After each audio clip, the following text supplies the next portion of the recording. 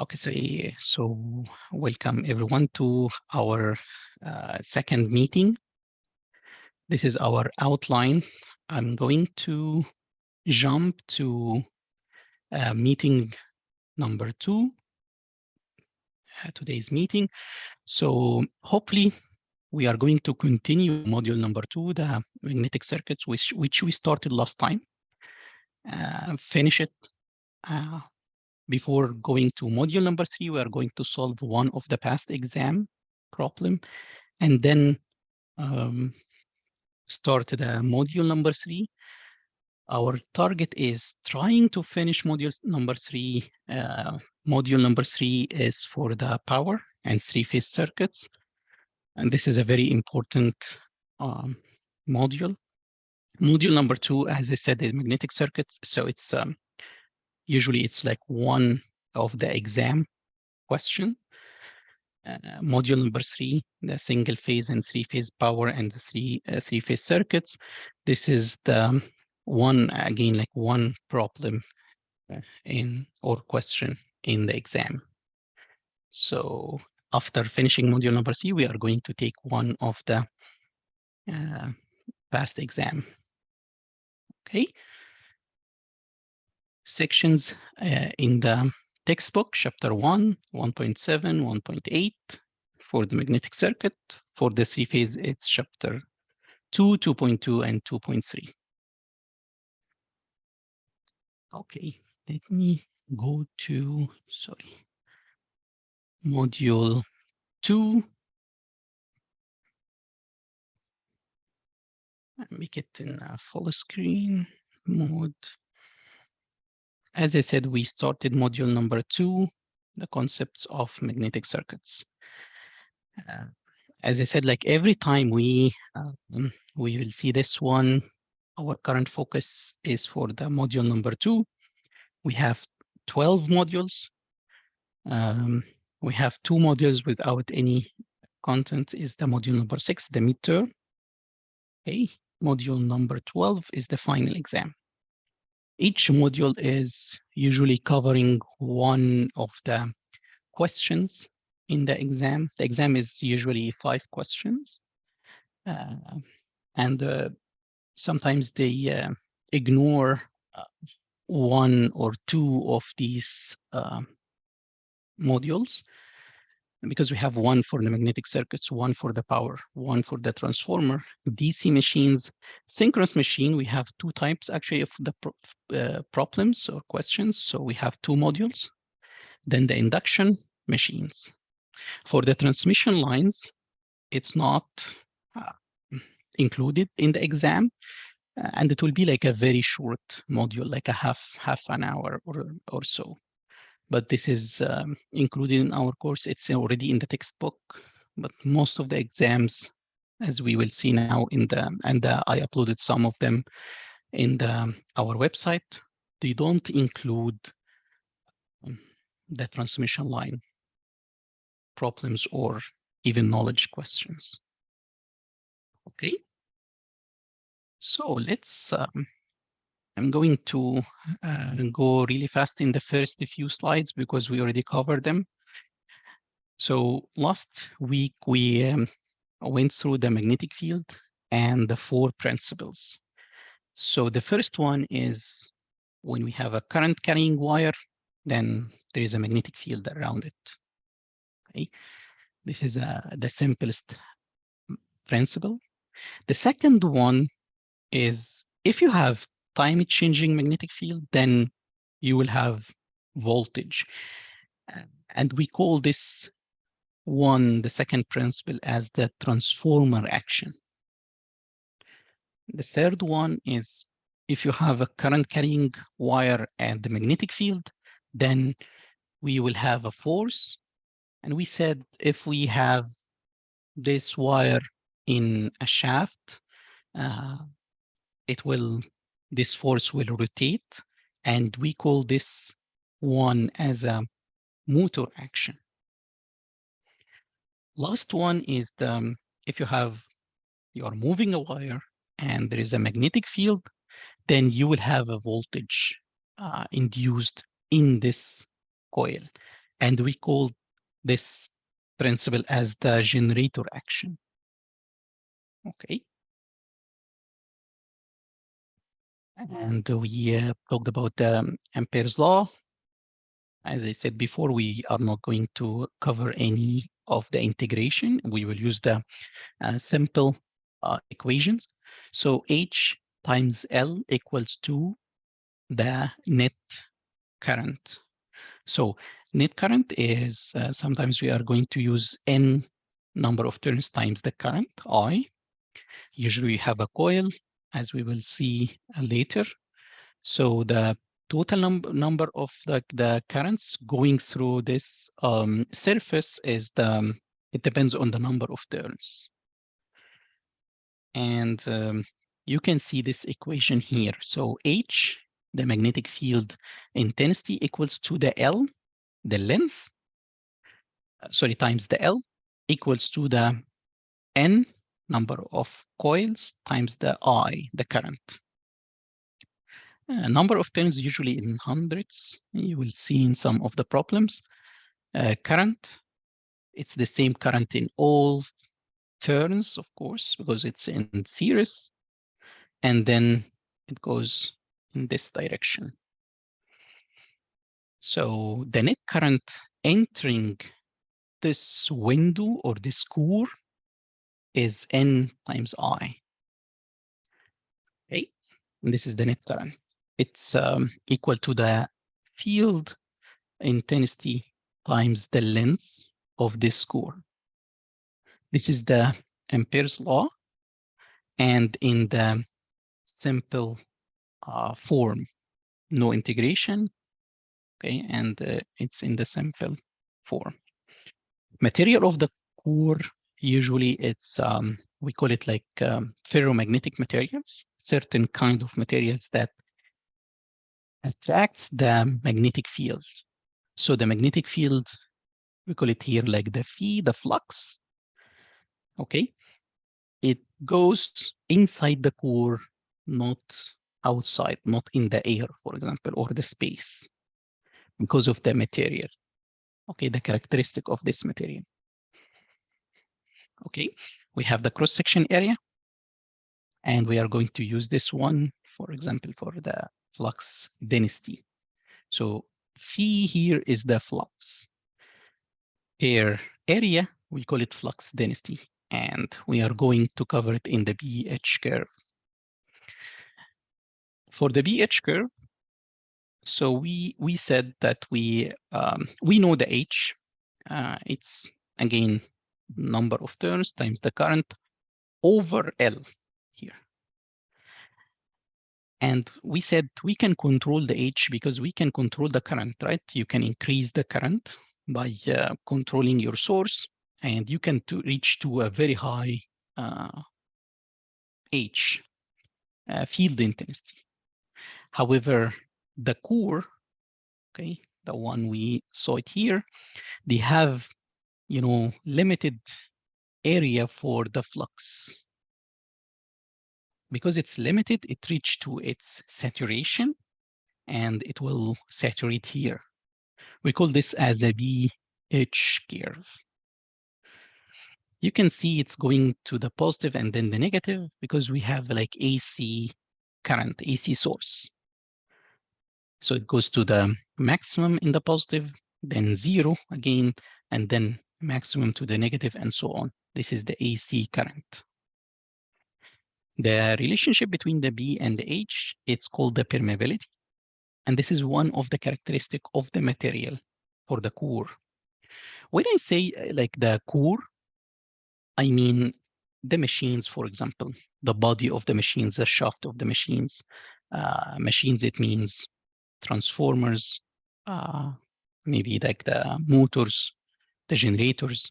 Even the transformers, we call them machines, but it's a kind of stationary machines. It's not rotating. But all the bodies, they have this ferro, or they use the ferromagnetic materials to make the body of the machines. Okay, all of them we will have, we use a certain kind of materials with a high mu or permeability. Okay. To know more about the permeability, so permeability, it's like mu. We have, usually we refer to the one for the air, for the space or the air. It's 4 pi times 10 to the power minus 7 Henry per meter. We have something called the relative permeability. It's the ratio between the permeability of, the material compared to the air. If you have ferromagnetic material, you will see mu r in thousands. Okay, compared to the air. The air or the space, it's non-magnetic material. So for this reason, you will see the relative permeability is in thousands compared to the air. Let's start. Oh, yes, there is a question. Sorry, yeah. For the formula B equal mu H, we can just use this formula for the linear part, right? We can use it for linear and non-linear, but the problem, mu will be not a constant. It's a dynamic. Yeah, this is a very good question, because in the problems, today we are going to solve one of the past exam, you will see that we are going to use the BH curve, not the mu r here. We will use mu only for the air gap, or like the free space or the air gap, because we are going to use mu naught. However, maybe I can say like 100% of the problems, we are not going to use mu r, the relative permeability. We are going to use the BH curve. The difference is, let me use the line here to draw. Okay. So the difference is, for the BH curve, it's usually nonlinear. They have a linear part, that's fine, up to a point, it's called the knee point, and then it saturates. Mu is the relationship between BH. So it's the slope. You have a certain mu here, the slope, it's constant for this part. But then starting from this point, it's not constant. It keeps changing. So if you get the slope at each point, it will be different. Up to, total saturation, it will be 0, of course, the slope.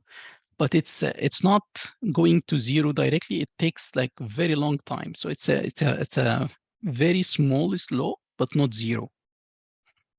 To avoid this, they give you the BH curve in the exam. And if you have the B, you can use the curve to get the H. If you have the H, then you can use the curve to get the B. And instead of giving you the mu as a number, they will give you the BH curve. So all of the exams, they give you the BH curve. However, we have one solved problem from the textbook. We are going to use just to show you the use of the mu r. Just one simple solve a problem to make sure that you understand this. Okay. And this is actually something like in the practical cases.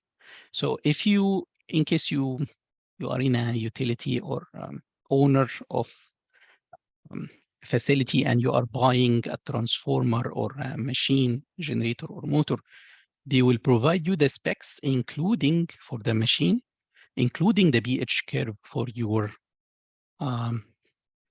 like equipment. So the BH curve is something like, it's a characteristic for the material used to manufacture this equipment. And we said last time, if you remember, that the hysteresis loop, we call it like hysteresis loop, it's we need to make it as small as possible.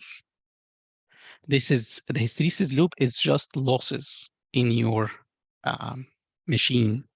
So if you make it, sometimes we call it like no load losses, sometimes we call it like the hysteresis losses, but it's part of the losses of the transformer or the machines in general. The best is when we have the pH curve as a one line, the hysteresis loop also, like as a one line. It's just a line, okay? Or just a curve without any area. The worst if you have a big area for the hysteresis loop. So it means you have a lot of losses. Okay. Okay. If you don't have any question, I can go to the next one because last time I believe we stopped here. So it's regarding the magnetic circuit. To solve the magnetic circuit, the first thing in the problem when you see the magnetic circuit is usually they give this one, give you like a core. This is our core. Usually we use like a ferromagnetic material to build this core. We will know that later that it's not like a solid, it's a lamination or laminated core. Consists of some laminations. We have coil here. We have a current and with a number of terms. Sometimes they put the knowns or like the information for the problem on the figure. So we have to look on the figure, look at the figure, get all the values. Sometimes they put like the number of turns, for example, like 400. It's not written in the problem, but it's part of the figure. Okay. Last time we said we can use the right hand, put your fingers on the direction of the current. This is the direction of the current, right? And out here. And then you will see, or you will find that your thumb is make the direction for the flux phi. Okay. So this is given in the exam. To solve this one, let's move or convert the magnetic circuit to something similar to the electric circuit. So for electric circuit, we are going to make the N times I. This is as the voltage source. It's F here, or sometimes we call it like MMF, like the magnetomotive force. This is similar to a voltage source. And the value is N for the voltage, or the MMF, is the N, the number of turns times the current. The flux, and it has a direction, as we said, by the right-hand rule. Your thumb will be the direction for the flux. This is similar to the current, I. So this is similar to the voltage. This is the current. And because for this material, for this core, there is a resistance to this current. We call it reluctance R, similar to the resistance in the electric circuit. So V, I, and R. Okay. This is like the simple analogy between the circuit theory, electric circuit theory, and the magnetic circuits. This is the first step you will use for the magnetic circuit problem, is to move from the magnetic to the electric circuit. Okay, you will see most of the exam, they don't have like a simple core, but maybe like you have a third leg here with air gap, for example. And we will have another part here, another branch, and two reluctances or resistance here. Let's ignore this one. Now we have V, I, and R have electric circuit. We can use for example, the simple, like equation for the electric circuit is the Ohm's law, right? So the current equals V over R. So phi, the current, equals V or F, the MMF here, over R, over the resistance here. Okay. And don't worry, we are going to use, or we don't need very advanced circuit background. We are going to use the simple rules for the circuits, like current divider, for example, KVL, KCL, that's it. Ohm's law, of course. Okay. Any question so far? Okay. So here we put like more details. Okay, we have now the voltage source, the current, phi, the flux, resistance or reluctance. Okay, the Ohm's law, I equal V over R, or phi equal MMF over the reluctance R. Okay.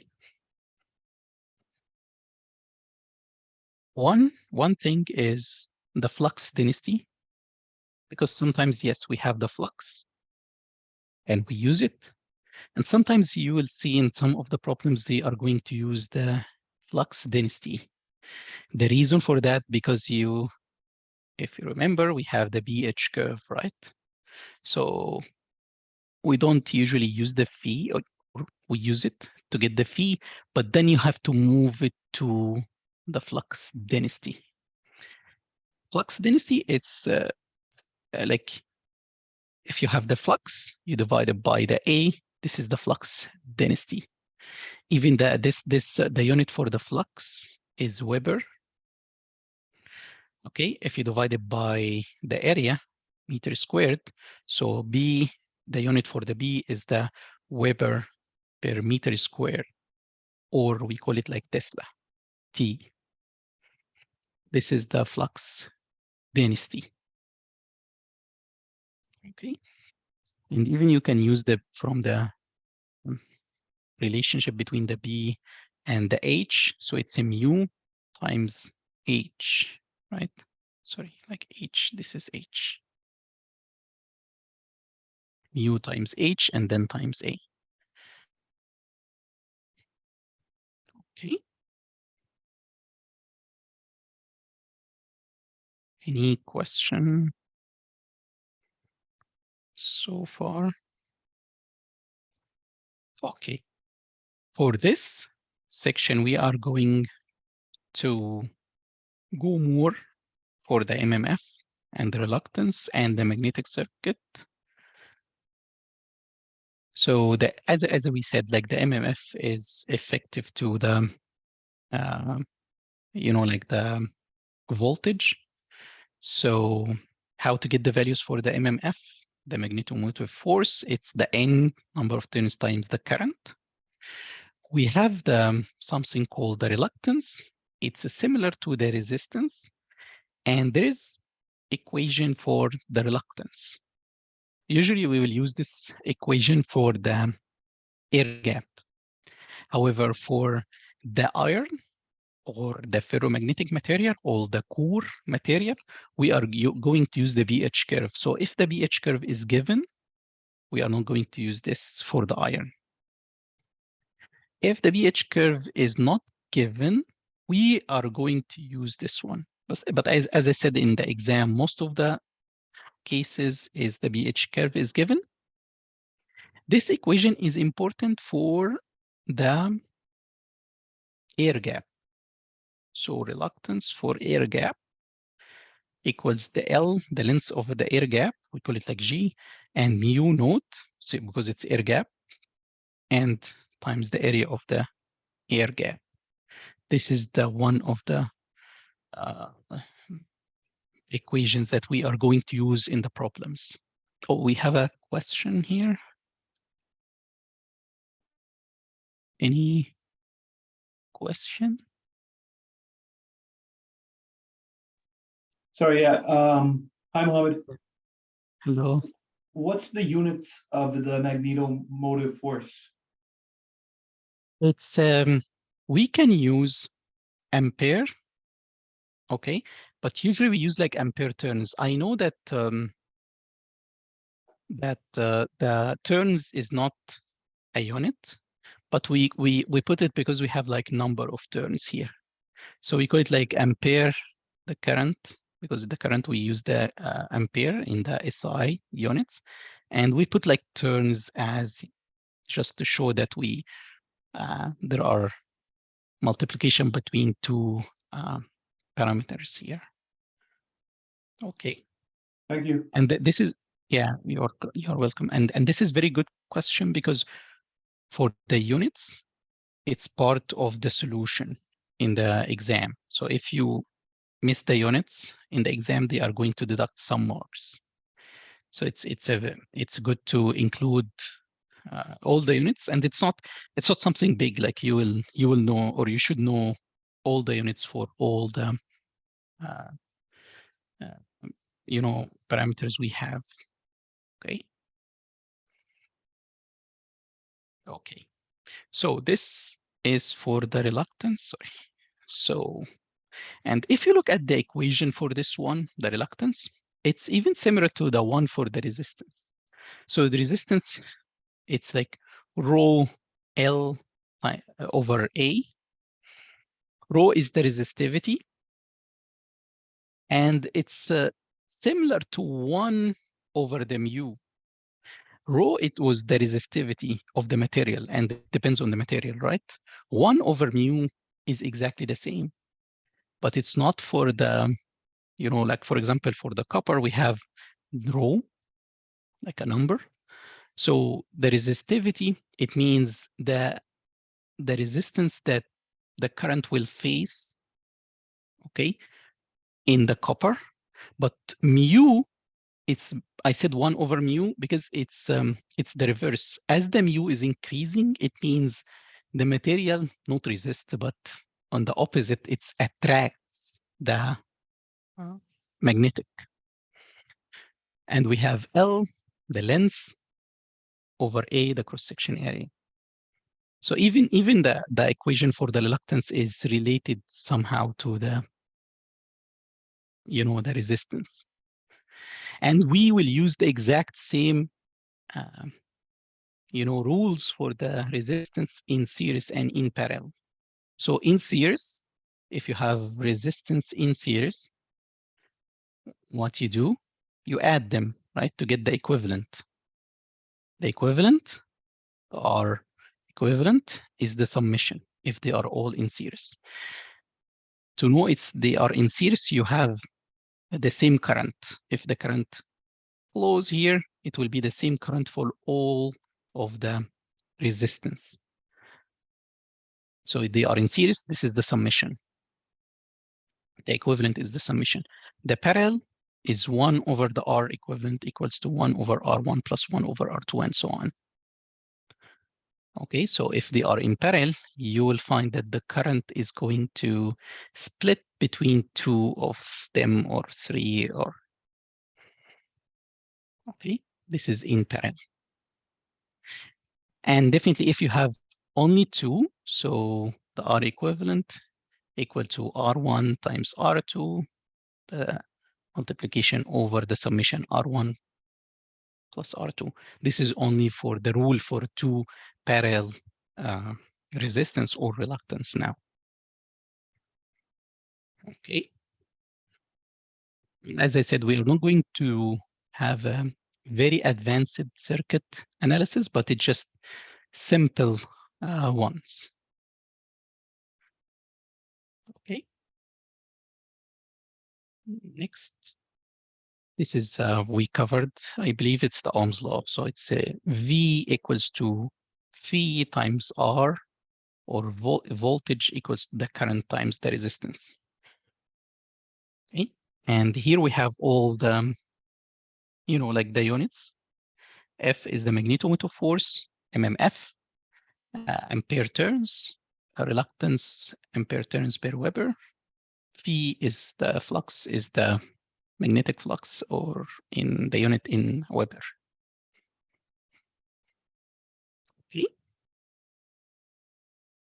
Let's start with this example. If you don't have any question, this example is a solved example in the textbook. As I said, the solved examples are very important because some of the previous exams, we will see later, they use the solved problems from the textbook and use it in the exam.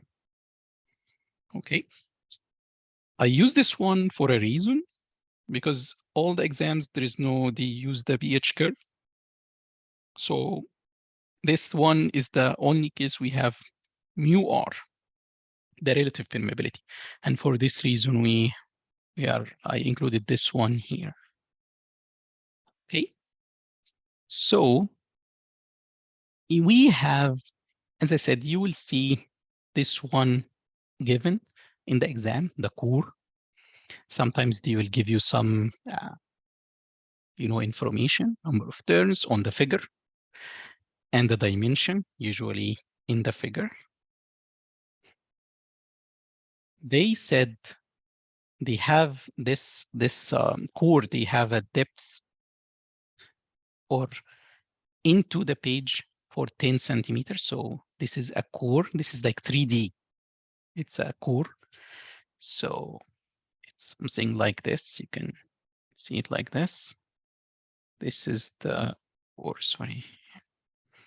And this is the core in 3D. So this one is the length here is, or the depth is that 10 centimeter. Okay, so we have all the dimensions. We have the relative permeability for this, or the material of the core. They have the current 1 amps as input. So the current here equals to 1 amps.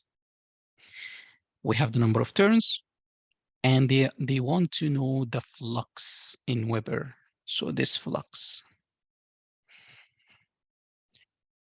So first step in the magnetic circuit is to solve the magnetic circuit is to convert it to a circuit, actually, to electric circuit, or similar to the electric circuit. We have one source because we have one coil. This is the one coil, one source. How did we know that the positive in this direction? Using the right-hand rule. So can you see the direction of the current? So the current is actually moving in this direction, and then it goes out here.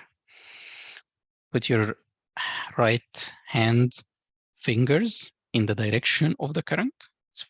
It's moving in this direction. You will find that your thumb up. Because your thumb in up, so it means this is the direction for the flux. Direction of the flux, we put the positive with the direction of the flux. Okay. It's important to know the direction, because here it's a simple because we have one source, but what if we have another source? So you should know if you will add them or subtract them. Okay. With one source, it doesn't really matter because it's just, if it's not in this direction, in the opposite direction, so it doesn't matter. But if you have multiple sources, it will be, and we will see one of the past exam, one question was, or part of the question asked about what is the polarity. So they asked it actually where to put the positive, where to put the negative in one of the past exams. Okay, we have the flux flowing this part. It's just one material, right?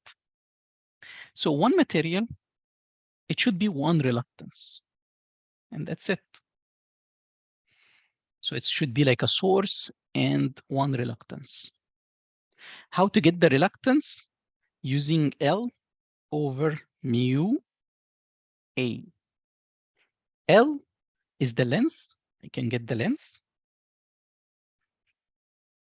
A is the cross-section area. I have this part, the depth and everything. So I can get the cross-section area of this core. Mu is like mu R times mu naught. That's it. If you look at the solution, they have two reluctance. Why we have two reluctances? Like the reason is, look at the equation for the reluctance. To get the reluctance, it's L over mu A. We said it's the same material, so they have the same mu. L is the length, but the area, if they have the same area, if your flow in the same area, then it should be one reluctance. But if the area is changing, the reluctance for the flux, the resistance, let's say, the resistance for the flux will be different. Let me clear it. So here we have, as we said, we have 10 centimeter as a depth. Here it's 15. This one is 15. This one is 15, and we have 10. So 10 times 15, this is the area, the cross-section area. This one is 15, and we have 10. This one is 10, and we have 10. So look at the area. Here it's 10 times 15. Here it's 15 times 10. This one is 10 times 10. So it's a different area. And then 10 to the 15. So because the area is changing, it means the reluctance is different. For this one, starting from this point to this. For this leg, let's say this leg, you have different cross-section area. So even they have the same material, we will have two reluctances. R1 for this leg, L1 here, and L2 starting from this point up to here. R1 is L1 over mu, and the area is A1. R2 is L2 over mu, the same material, but it's different area, cross-section area. If we have, like, let's say, if we have like here, the two areas are exactly the same, that we are going to have one reluctance, not two. Similar, if we have different different material. If you have different materials, you will have different mu.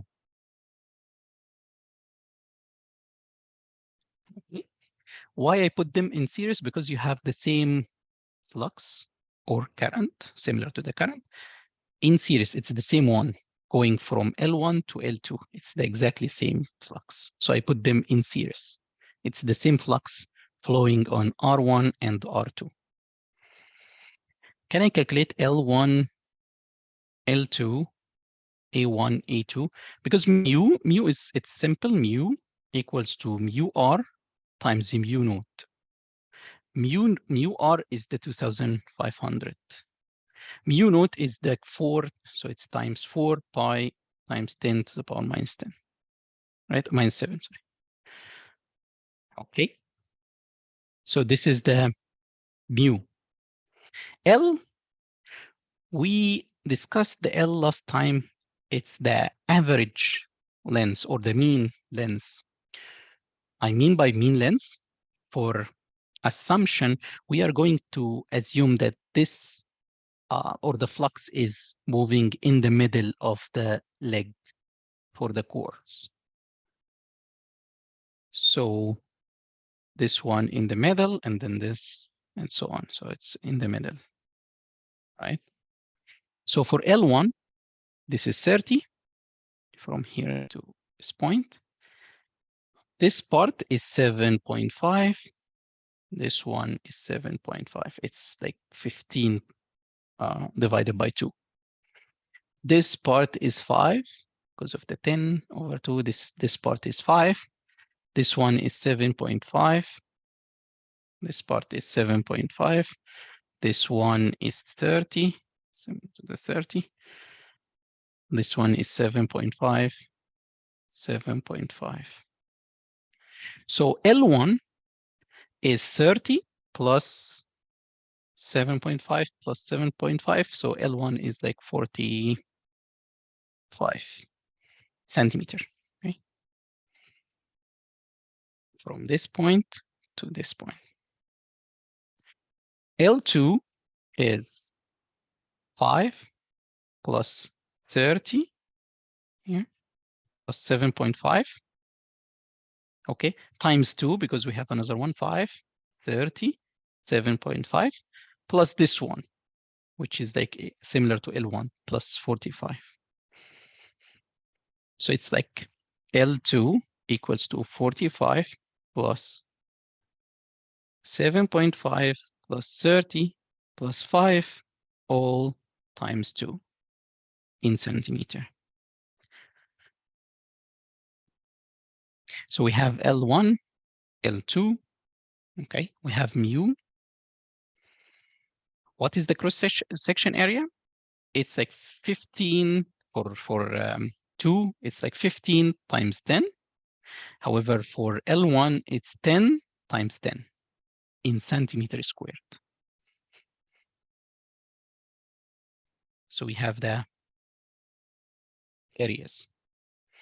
And we can calculate both R1 and R2. We have all the values. Do we have the voltage? Yes, it's a number of turns times the current. And we have the number of turns and the current is 1 amps. So the MMF is given. MMF equals to the flux times the reluctance. Equivalent. Equivalent, it means I want both of them as one. They are in series, as we said, so we are going to add them, R1 plus R2. This is the R equivalent. We have R1, we have R2, and we have the MMF as N times I. N, number of turns, times the current. You can calculate the flux, and the unit will be Weber.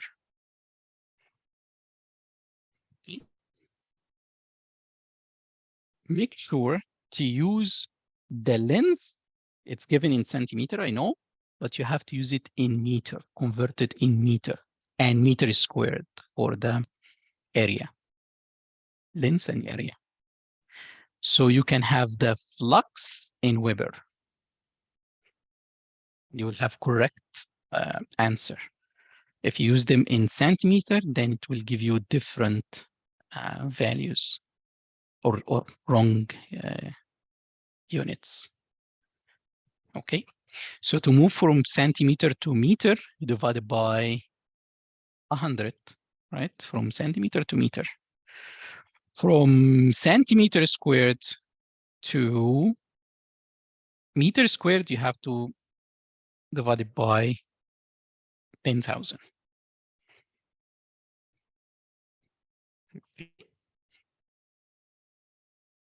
If I have the solution for this, so we can actually show you the steps. Okay, so we have the reluctance 1, reluctance 2, get the values for each of them. Okay, you can see this is the mu r times mu r times mu naught. We have the L for each L1, L2. You have the areas. Can you see the units in meters squared?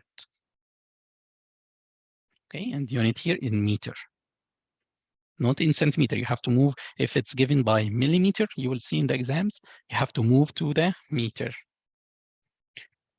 Both are in series. They have the same flux. So the summation, you have the voltage, you can get the flux, and the unit is in Weber. You have to have like some sense of the numbers. So for example, number of turns usually in maybe like hundreds. Weber, usually it's a small number. Okay. And so on, like reluctance, they have large in thousands, for example. Okay.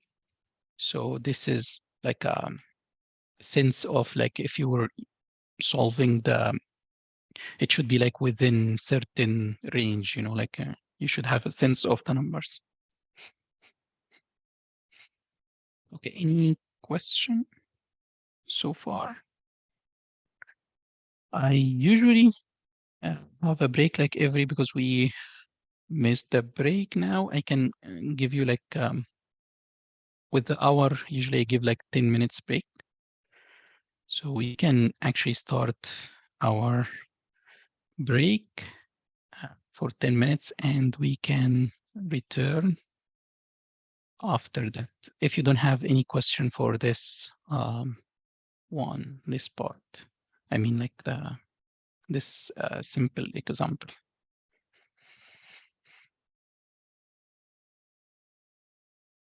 Okay, no question, we can pause. Yeah, continue. So the next one for the magnetic circuit, and it's the fringing effect. It's something related to the air gap. The air gap is really important in the machines because, for example, for the rotating machines especially, you have part of the machine is rotating, the other part is stationary, the stator and the rotor. So you have an air gap between them, right? So for the air gap, sorry, you have the rotor and the stator. Okay, so there is an air gap between them. This part is rotating. We call this one as a rotor and stator here. Okay, so sometimes for the air gap, for the flux lines, it goes to, you know, not exactly on the area, the cross-section area, but it goes like with this curve. So there is a larger effective area, cross-section area. So the air gap area is actually higher, let's say by 5%. So you multiply this one by 1.05. The 5% because this, you know, curvy lines for the Weber, it happens only on the air gap. Okay.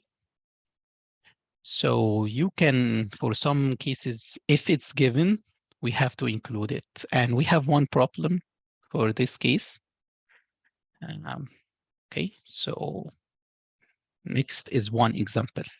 So example 2, we consider that we have the fringing effect for the air gap, and it increases the effective cross-section area of the air gap by 5%. So this percentage should be given in the exam.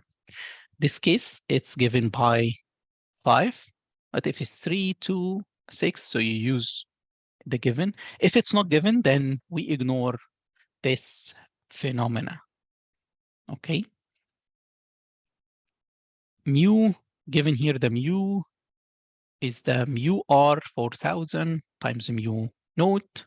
They ask it for the total reluctance, the R effective, and they ask it about the current I required for a certain flux density. So B equals to 0.5 Tesla in the air gap here. This is the air gap. So we have a core given the number of turns for 100. The length for the core LC is 40 centimeter. Length for the air gap LG is 0.05 centimeter. The cross-section area for all of them is 12 centimeters squared. So for the core and the air gap, both are in series because the flux, the same flux will flow in the air gap and the core. Okay. We have one source. This is the source. N number of turns is 400. I is unknown. Reluctance, two reluctances. The first one is for the core. The second one is for the air gap. Reluctance for the core, it's LC over mu over the area of the core. Reluctance for the air gap, usually you call it like G. Here they are calling it A for air gap. So it's L or A, LA over mu naught and the area, okay, for the air gap or A or G. The difference between the two areas is that I'm going to use 12 centimeters squared, but multiply by 1.05, like 5% more for the air gap. The first part of the question asking for the total reluctance or equivalent reluctance, so it's the summation. So you get this plus this. This for the core plus the one for the air gap. This is the total, the summation. Okay. They asked about current. This current, if we have a flux density of something, so flux density, it's equal to phi over the area. They said flux density on the air gap. So this area again is the area of the air gap multiplied by 1.05. After doing it, we have the B, we have the area, we can get the flux. If you have the flux and you multiply by the reluctance total, for example, or equivalent, flux times this reluctance, it will give you this voltage, right? Or the MMF. You have the MMF, which is the number of turns times the current. Then you can calculate the current. 400 times current. Flux, I already calculated from this equation, flux over area. We know the area given here. But you have to multiply it by 1.05 because we have the 5% fringing effect, higher cross-section area for the air gap, and then you can get the flux. The reluctance total is the equivalent. It's this, the core, plus the one for the air gap. Okay. As I said, if it's given, then we include it. If it's not, then you ignore it. It's one of the assumptions. If there is no question for this one, this is the solution part. You can see reluctance for the air gap, sorry, the core, the first like C, it's 12 centimeters squared or divided by 10,000 to make it meter squared. Okay, reluctance for the air gap, can you see it's different than 12 and 0.6 centimeters squared. Get the equivalent or the total, it's the summation. As I said before, the number for the reluctance you can see in thousands. Okay, the one for the air gap is much more than the one for the core itself. Even it's really, really small compared to the length of the core, but because of the mu naught is quite high, quite high for the core, it means the reluctance is much lower. It means the air gap is doing resistance to the flux much more than the core itself. Even a very small, very, very small air gap. Okay. We have, this is the Ohm's law, and you can calculate the current. 0.6 ampere, 2 amperes, 5 amperes, something in this. This is the range for the current. So 0.602 amperes, this is a like good number. In the last slide, you can ignore the length of the air gap, right? When you calculate the core, yes, it's Okay. you ignore the the air gap length because it should not be subtracted. Yes, this length. This is the air From gap, this, yeah, the air gap yes. length. Yeah. And this one is 0.4, right? Yeah, meter. This is the air gap. It's 0.05 centimeter divided by 100 to make it in meter. And this is the core. Okay, they give you the total considering the gap. Okay, I understand the image now. Yeah, it's like 40 centimeter, but you have to divide by 100 to make it in meters. We only use meters and meter squared to get the same units for the reluctance is like ampere turns per Weber. Yes. Sometimes this is a good question because sometimes for the air gap, let's say the air gap, as I said, is very, very small compared to the iron part, the length of the iron. So let's say even if the L of the core, sometimes we can include even the air gap. We can say, because this is very, very small. So let's say this one is like 40.05 centimeters. So it doesn't matter. So you can, and we will see it in one of the problem in the exam.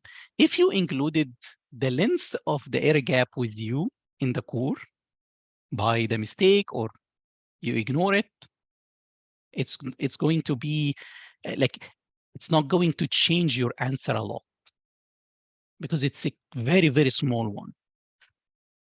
And as I said, even if it's a very, very small one, it's going to change or it has a very large number compared to the core, which is, you know, how many times of the length of the core compared to the air gap. This is much longer. Okay. Okay. Very good. Hey, So, Mohammed, yeah. Yes. I have Yes, one please go ahead. question. So whenever we, sorry, whenever we need to consider the area of air gap, we need to multiply with 1.05 all the time. 1 point, not all the time. If it's Okay. given in the, yeah, if it's given. If it's not, then completely ignore this one. It will be part of the assumption Okay. in the exam. Yeah. And you can, in the exam, you will see, they will ask you for, like, give your assumptions before you start the problem. So one of the assumptions you can say, you can write down, ignore the fringing effect for the air gap. Like this is the Got it. first, if it's not given. But if it's given, you have to consider it. Now you have the numbers, so you have to consider it. Okay. Thank you, Mohammed. Thank you. Let's go back to the BH curve. This is, I'm not going to give any new idea, but it's the BH curve, our BH curve. Units for the B is the Tesla. So we have, this is our BH curve. Unit for the H is the ampere turns per meter. Sometimes, even it's like the BH curve, they give you, like, instead of the B, they give phi. Instead of the H, they give you like the MMF or the F. That's completely fine. You can see it's exactly the same curve, right? Because what is the difference between B and the phi? You multiply by A, right? A, the cross-section area, is a constant number for your core, right? It's not going to change during the, for example, the cross-section area for the transformer core. It's constant number for the same transformer. Similar to the H, how can I go to from the H to the MMF? Remember, the MMF equals to H times L equals to phi times R, reluctance. So for the H, it's multiplied by the L, the length of the core. So you multiply this by the length of the core, which is again constant for the same core, you will get the F. So moving, given the BH curve as BH, that's okay. Phi F, that's okay. And sometimes combination like Phi and H or B and F, that's completely fine. It's just you multiply one of them or divide one of them by a constant number. So I saw in the exam, most of them is BH curve, like a couple of them, a couple of problems in the past exams, they used different than, instead of B, they used the phi, for example, which is completely fine. Okay. Okay, let's go to the next slide. This is one of the real BH curve from one of the machines.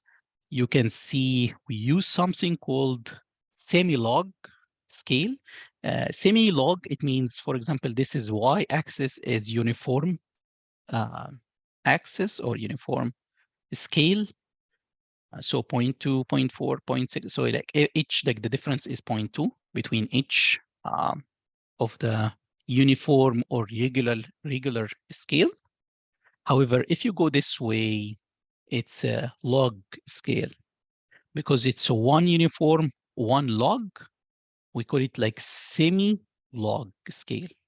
If both are log, so we call it like log scale. Log scale, it starts by 10.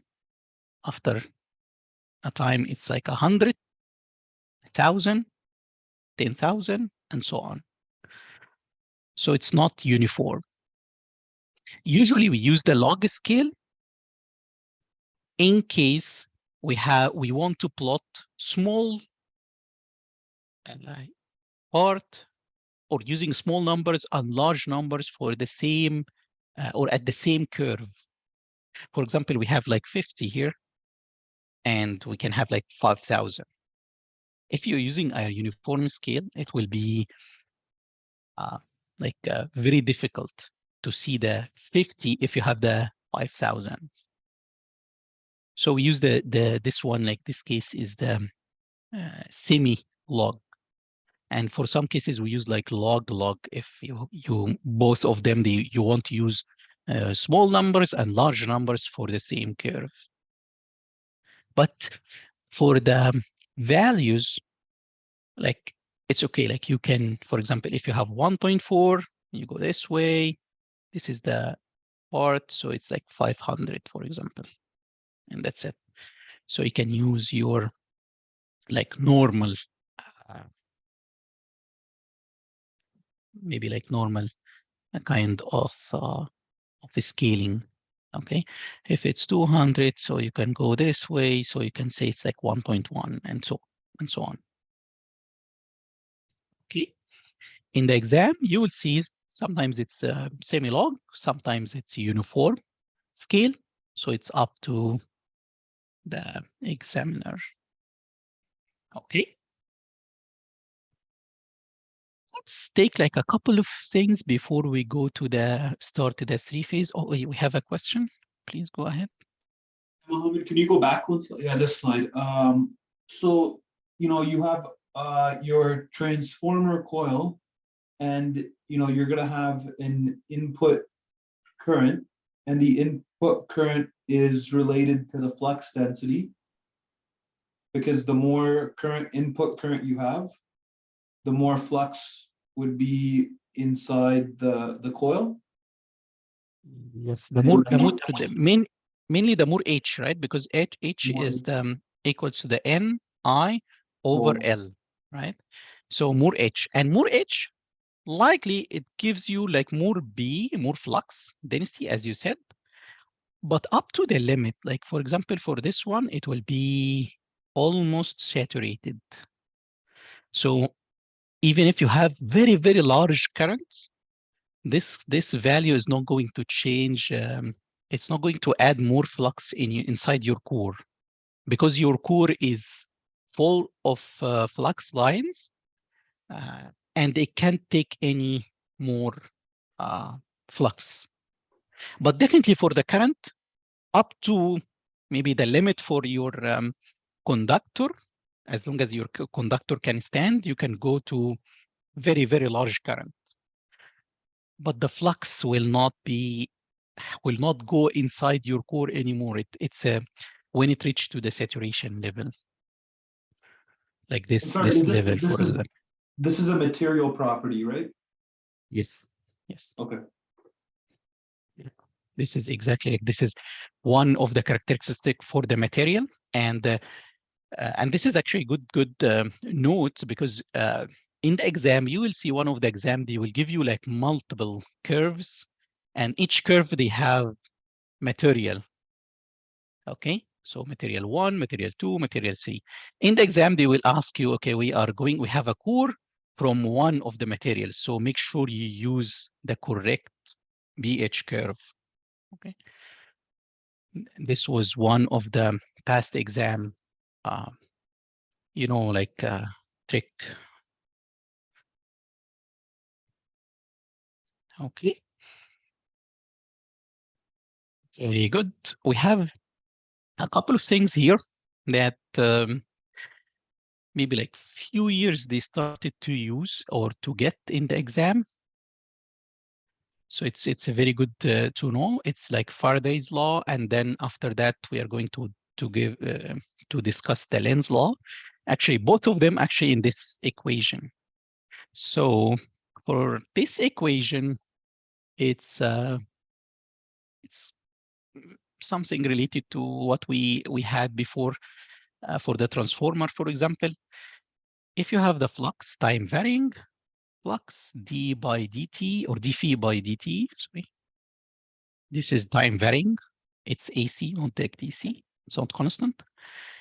It will produce a voltage. We call it now EMF.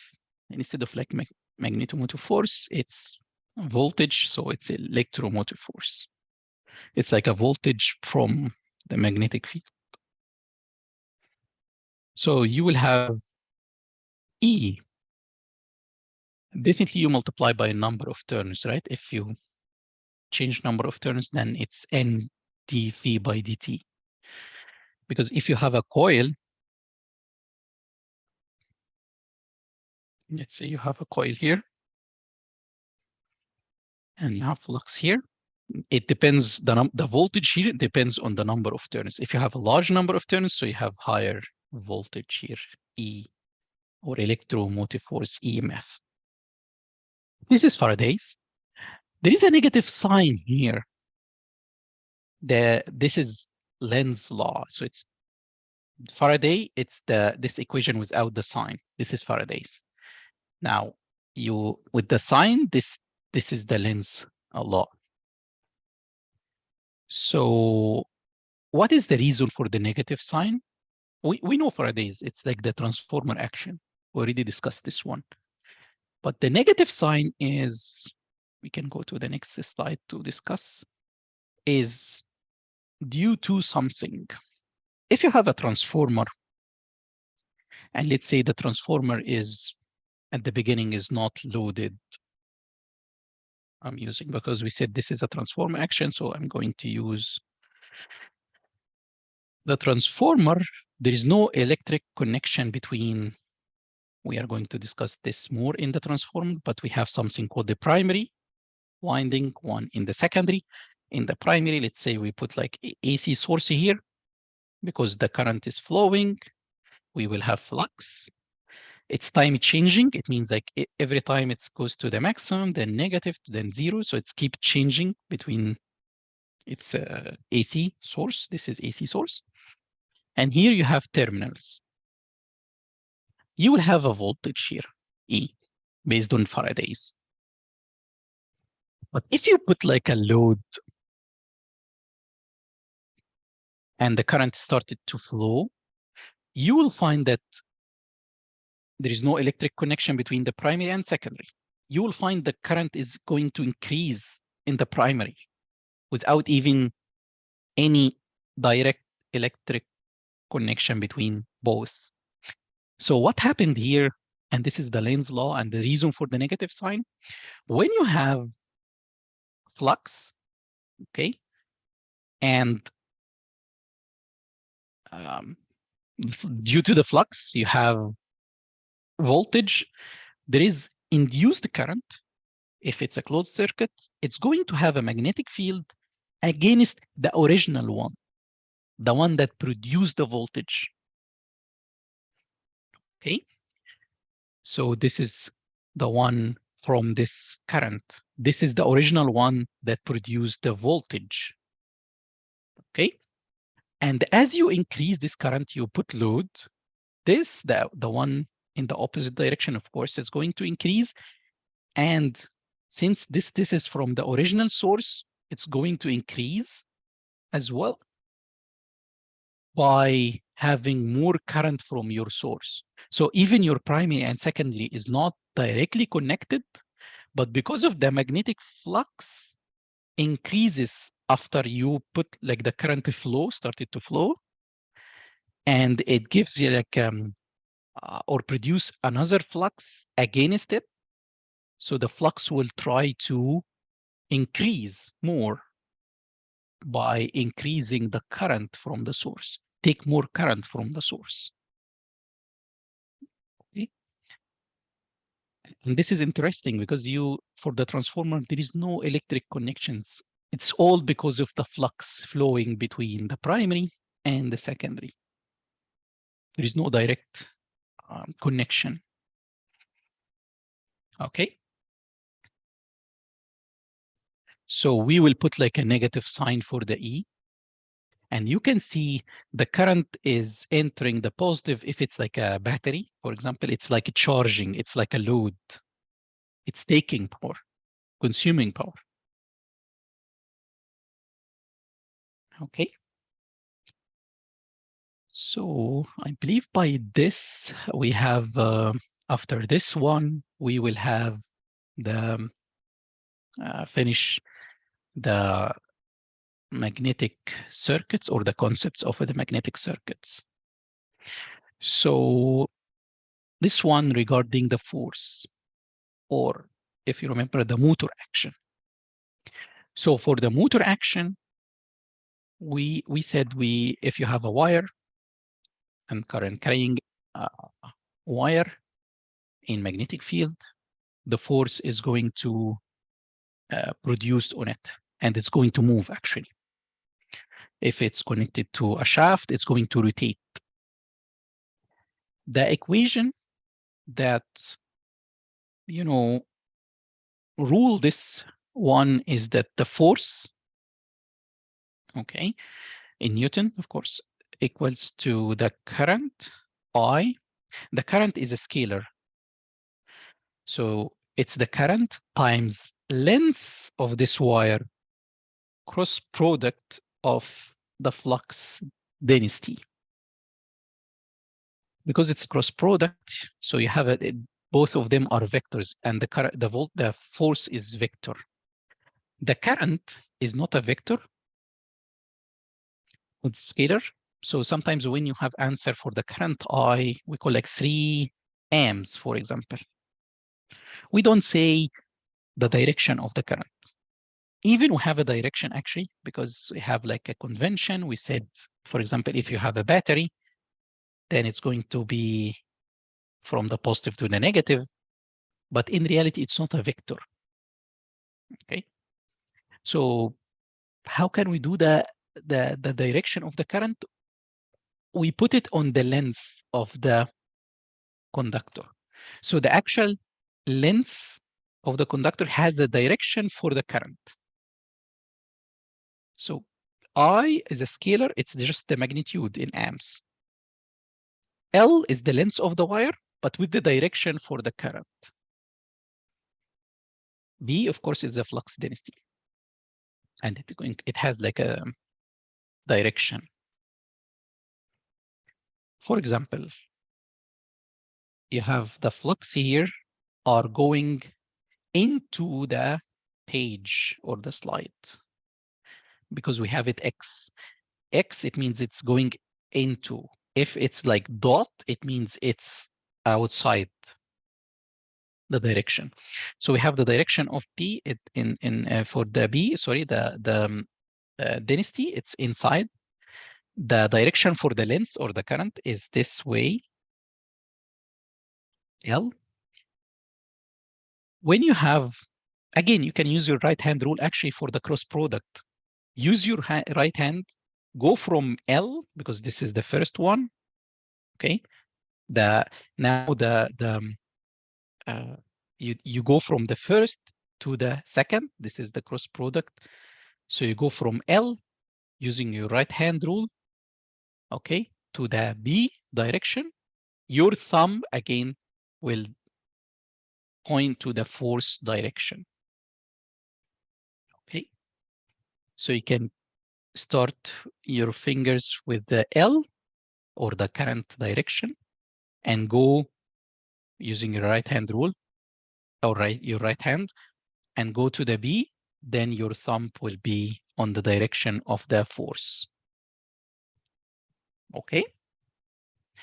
One last thing, we sometimes the B and the direction for the current or L, this is I'm going to say L, but you know, it's sorry, I, but it's L, okay?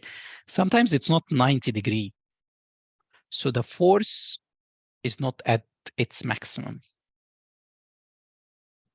So we put like sign, if they have angle, let's say angle, this is the I, and this is the, I can put it like in other way, so you can, yes, like this is, there is an angle F, theta, between B and I, and this is F. So you have to use sine theta. If it's 90 degree perpendicular, sine theta, sine 90 is actually 1. And then it will be, the force is equal to the magnetic field density, the length of the wire, if it's longer, then the force will be higher, and the current, the value for the current inside this conductor. Okay, and this is the, what we call it, the motor action. I believe by this we finished the magnetic circuit. Any question regarding the magnetic circuit in general? Because if we don't have any question, I can go through one of the past exam problem for the magnetic circuit. I'm going to, you have the solution and you have, I already uploaded this one and published it, so you should have access to it. So this is what we have. It's one of the exam problem, 2013, December and fall. Now we have access to all past exams up to December 2008. So this exam is already there, but I already copied the problem here. It's question 2. As I said, you have 5 questions in the exam.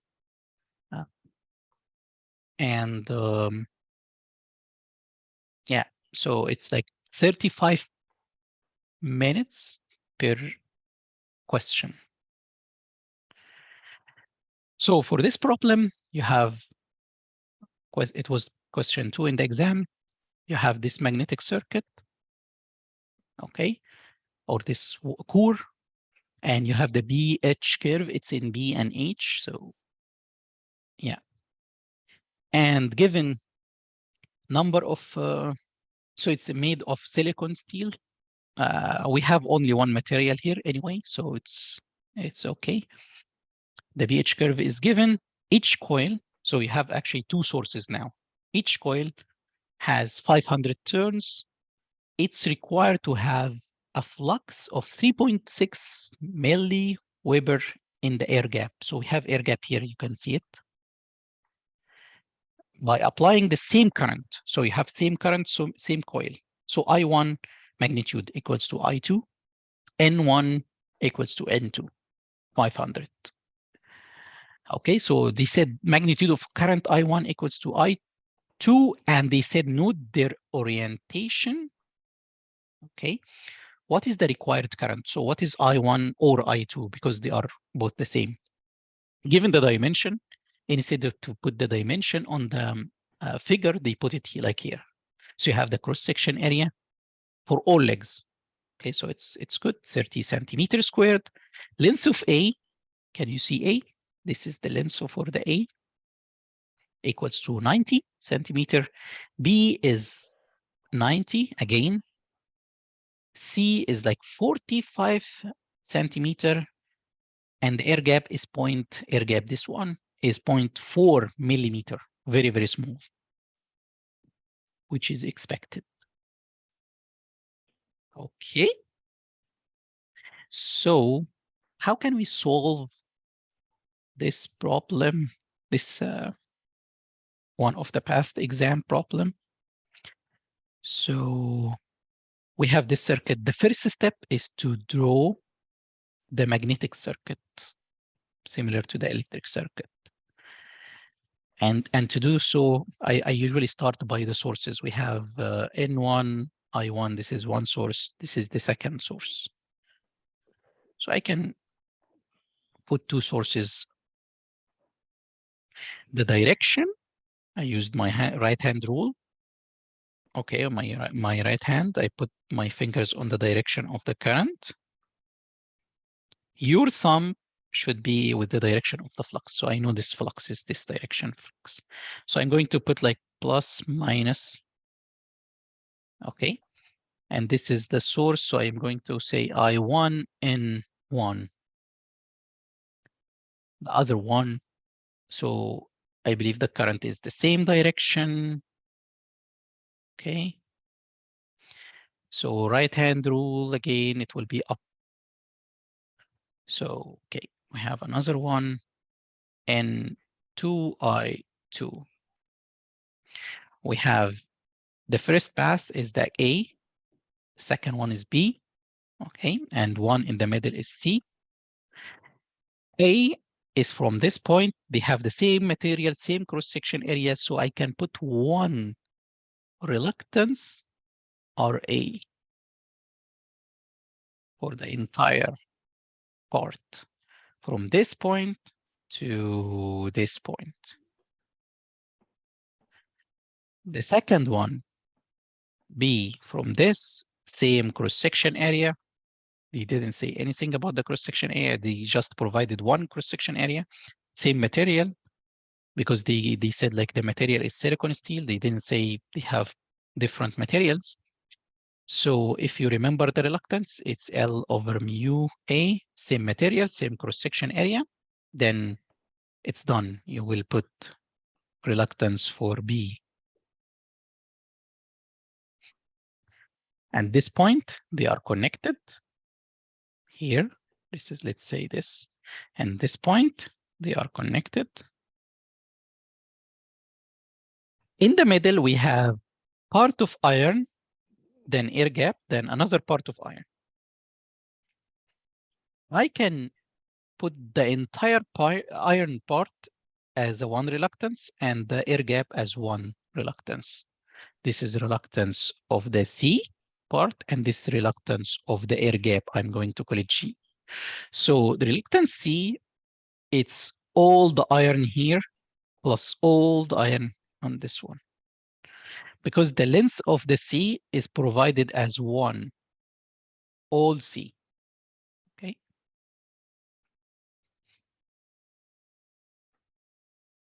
Going to clean this one. Okay. we have the, we need to get the magnitude for the currents I1 and I1 or I2 because they are the same. We have number of turns. We can calculate the reluctance for the air gap, right? Because the air gap is Lg over mu naught, a constant number we have 4 pi times 10 to the power minus 7. And we have the area for the air gap G. Okay, area is always the same. We are going to ignore the fringing effect because they didn't say anything about it. For mu naught, we know it. For the L of the air gap, it's giving the air gap length here in meter. So you have to divide it. This is milli, so you have to divide by 1000. I have the reluctance now for the air gap. Can I calculate the reluctance for the core? I don't have the mu. I have the BH curve, so I'm not going to calculate the reluctance for the iron part. We always calculate the reluctance for the air gap, but for the core, it depends. Mu naught, mu r, or mu is given, then we are going to calculate the reluctance as we did in the two examples. If mu is not given and BH curve is given, so I'm not going to calculate the reluctance. Okay. So how can we, or what other inputs we have?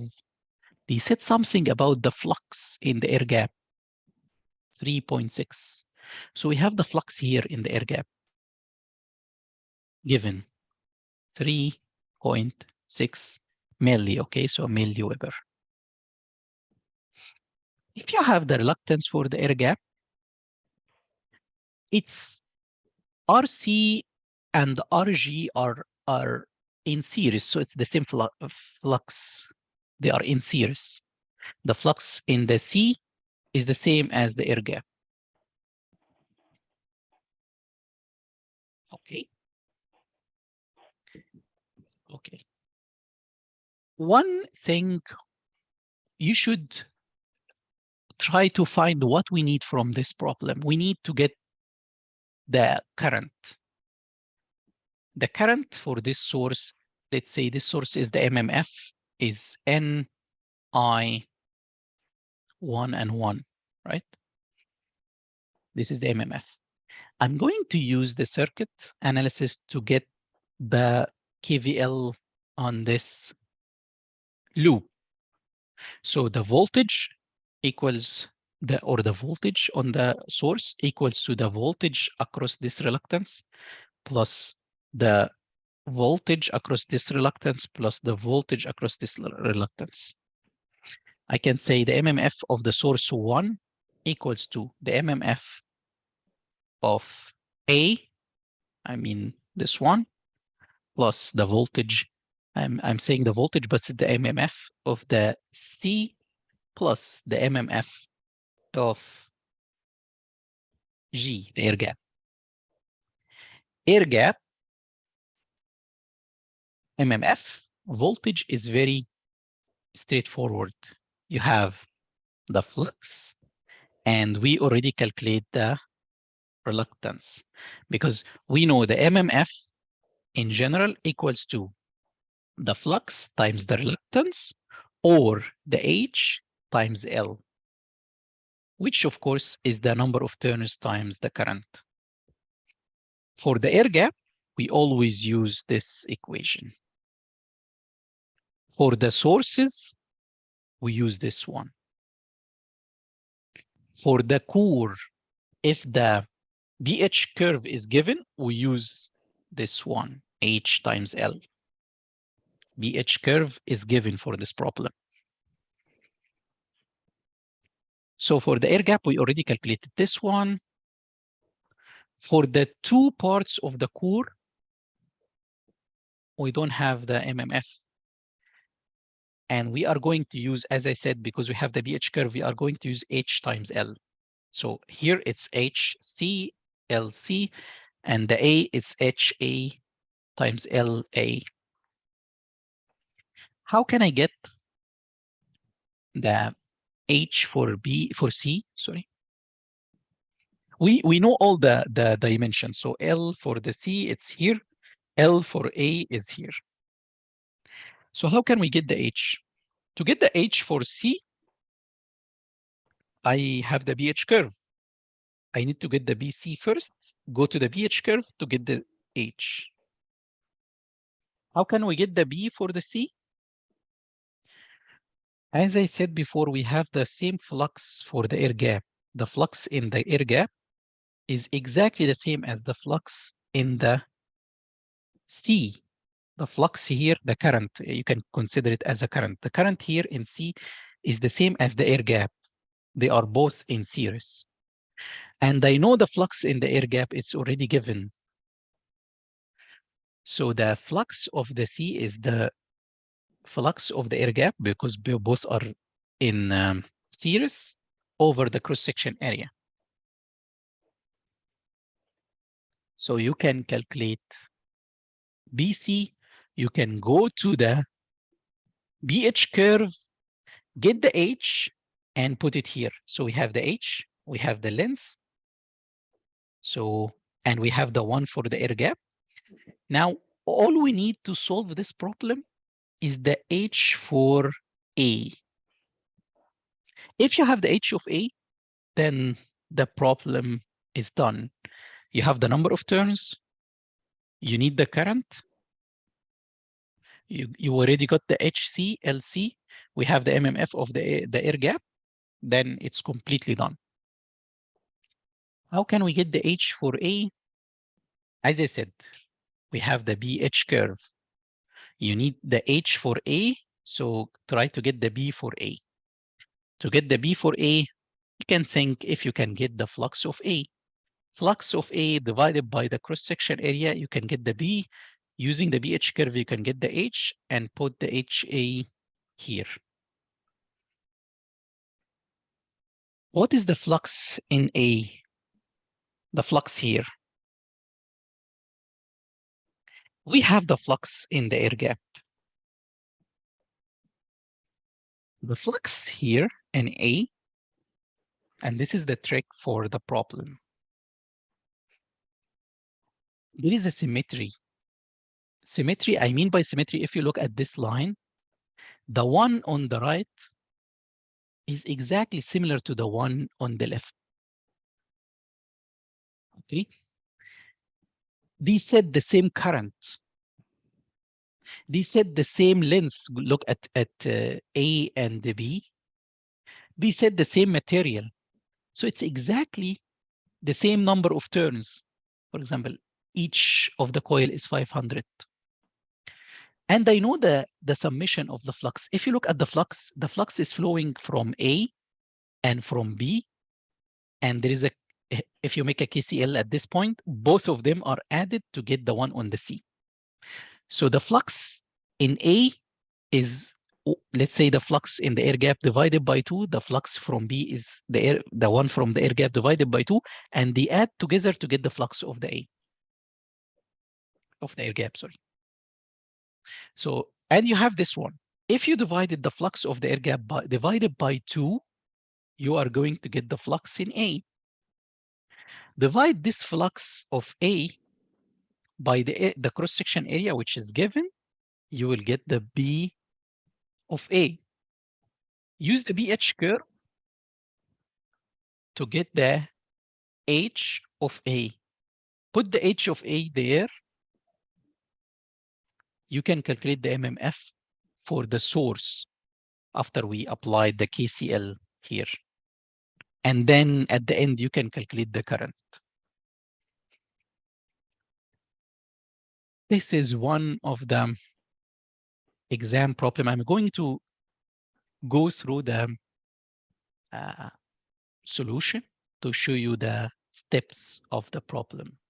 And I usually in the solution, I put like more explanations and I make it like step by step to make sure that you understand. It's not just I'm solving the problem, but I put like as many notes as I can.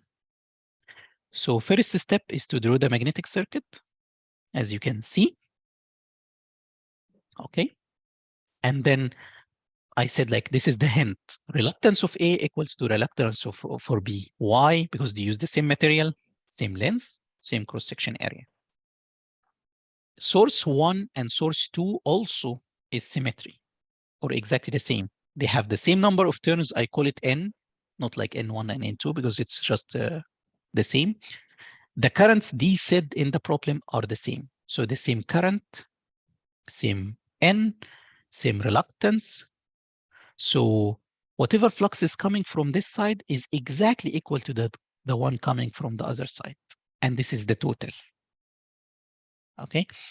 The total is the flux in the air gap, the phi G in milliweber. This is the same as the flux in the C because they are in series. What we need to get is the values for the current. Okay. As I said, the MMF equals to the NI equals to the phi R equals to the HL. We use the HL when we have the pH curve. We use the phi times R if it's a air gap or the mu is given. We use NI if it's the source. So I made like case KVL from to get the MMF of the source. The MMF of the source equals to N times I. Both are equal. You can use the KVL at any one of the loops. We have two loops here, one and the second one. I made it in the first one, so MMF1 equals A, C, and air gap. Air gap, straightforward. Phi, which is given, times the reluctance for the G. Okay. C, to get the C, I needed to get it from the BH curve to get the HC. HC, to get from the BH curve, you need the B. To get the B, it's the B of the flux density of the air gap. It's exactly the same. It's the same flux, same cross-section area, right? So it's the same. You go to the curve, and then from the 1.2, it's like 1250 H ampere turns per meter. Now we have the MMF of the C. The last term, or the MMF of A or B, they are exactly the same because of the symmetry. Then it's the one from the C divided by 2. Because as I said, if you make a KCL, one from A, one from B, they are exactly equal because of the symmetry. And this is, as I said, is the trick of this problem. So you can get the flux density of A, go to the BH curve, get the one for the A, the HA, multiply by the length, then add 1 plus 2 plus 3, you will get the total of the source divided by the 500, the number of turns given, you will get this current. And that's it. This is what we need from. So it's like just 2 pages. I know it's not that a lot, but it's you have to see this problem, solve it to the final answer in like 35 minutes. Okay. Any question for this part, or we can, is it easy or difficult?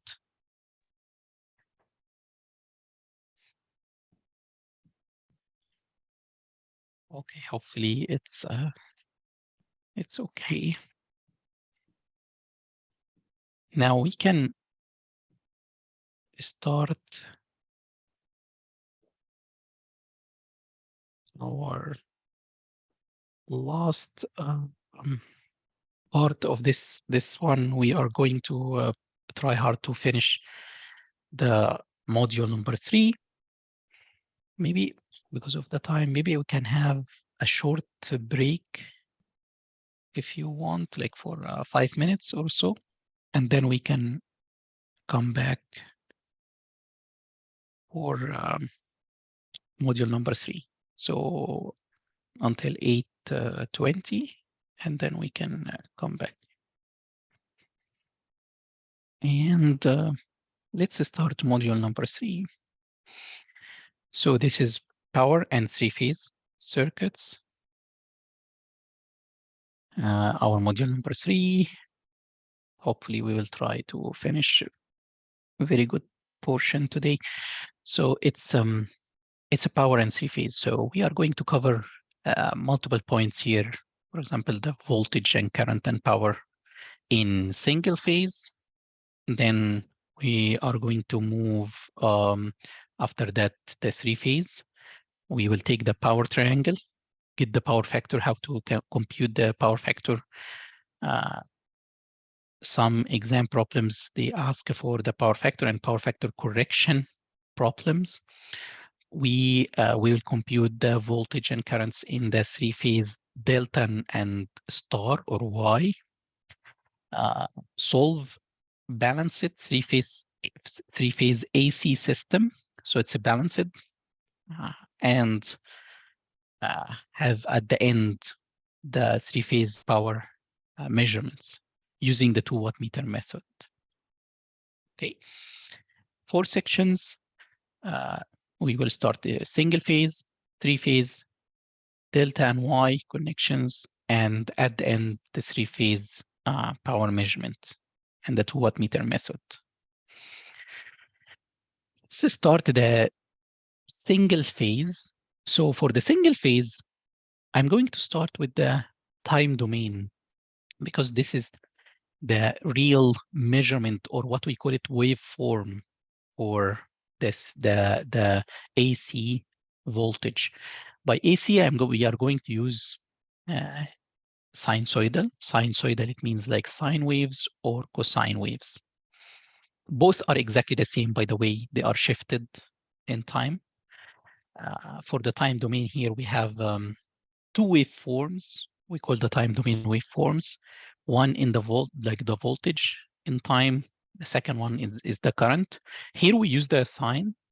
It doesn't matter sine or cosine again. And then omega t. Omega is, we had it last time as an angular velocity, but here it's yeah, slightly similar. It's like the frequency, so 2 pi times the f, the frequency. Okay. For the current, it's similar, but instead of Vmax or Vm, we have Im, Imax, and sine omega t, and there is a phase shift with the angle phi.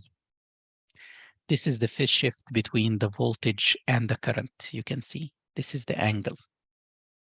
Phi is negative actually, so that's the reason the current comes after the voltage. The voltage starts here. After some time, because it's time domain, the voltage, the current will come. We don't like to use the time domain simulation. It's actually difficult in analysis, and usually you go to something called like phasor analysis.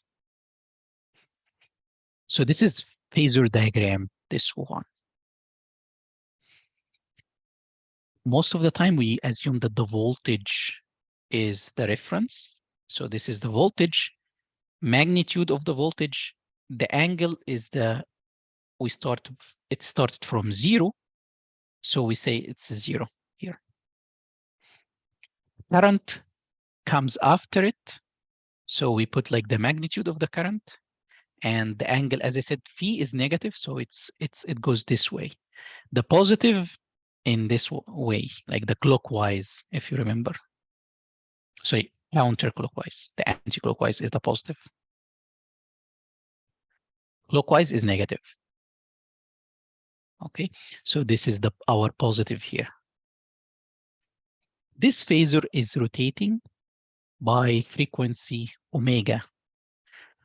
Omega is, as I said, it's the frequency, maybe like 50 hertz, 60 hertz, or different frequency, but at the end, it's this phasor is rotating. Okay. And we have the voltage, we can say it's a Vm angle 0, current Im angle phi, or for example, like -30, for example, -30 degrees.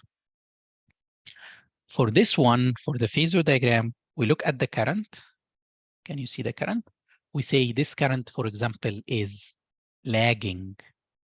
It comes after the voltage, because if it's rotating in this direction, you will see the voltage first and then the current. So the current lagging. We are going to use lagging and leading in like our definition for the systems, the AC systems. Okay.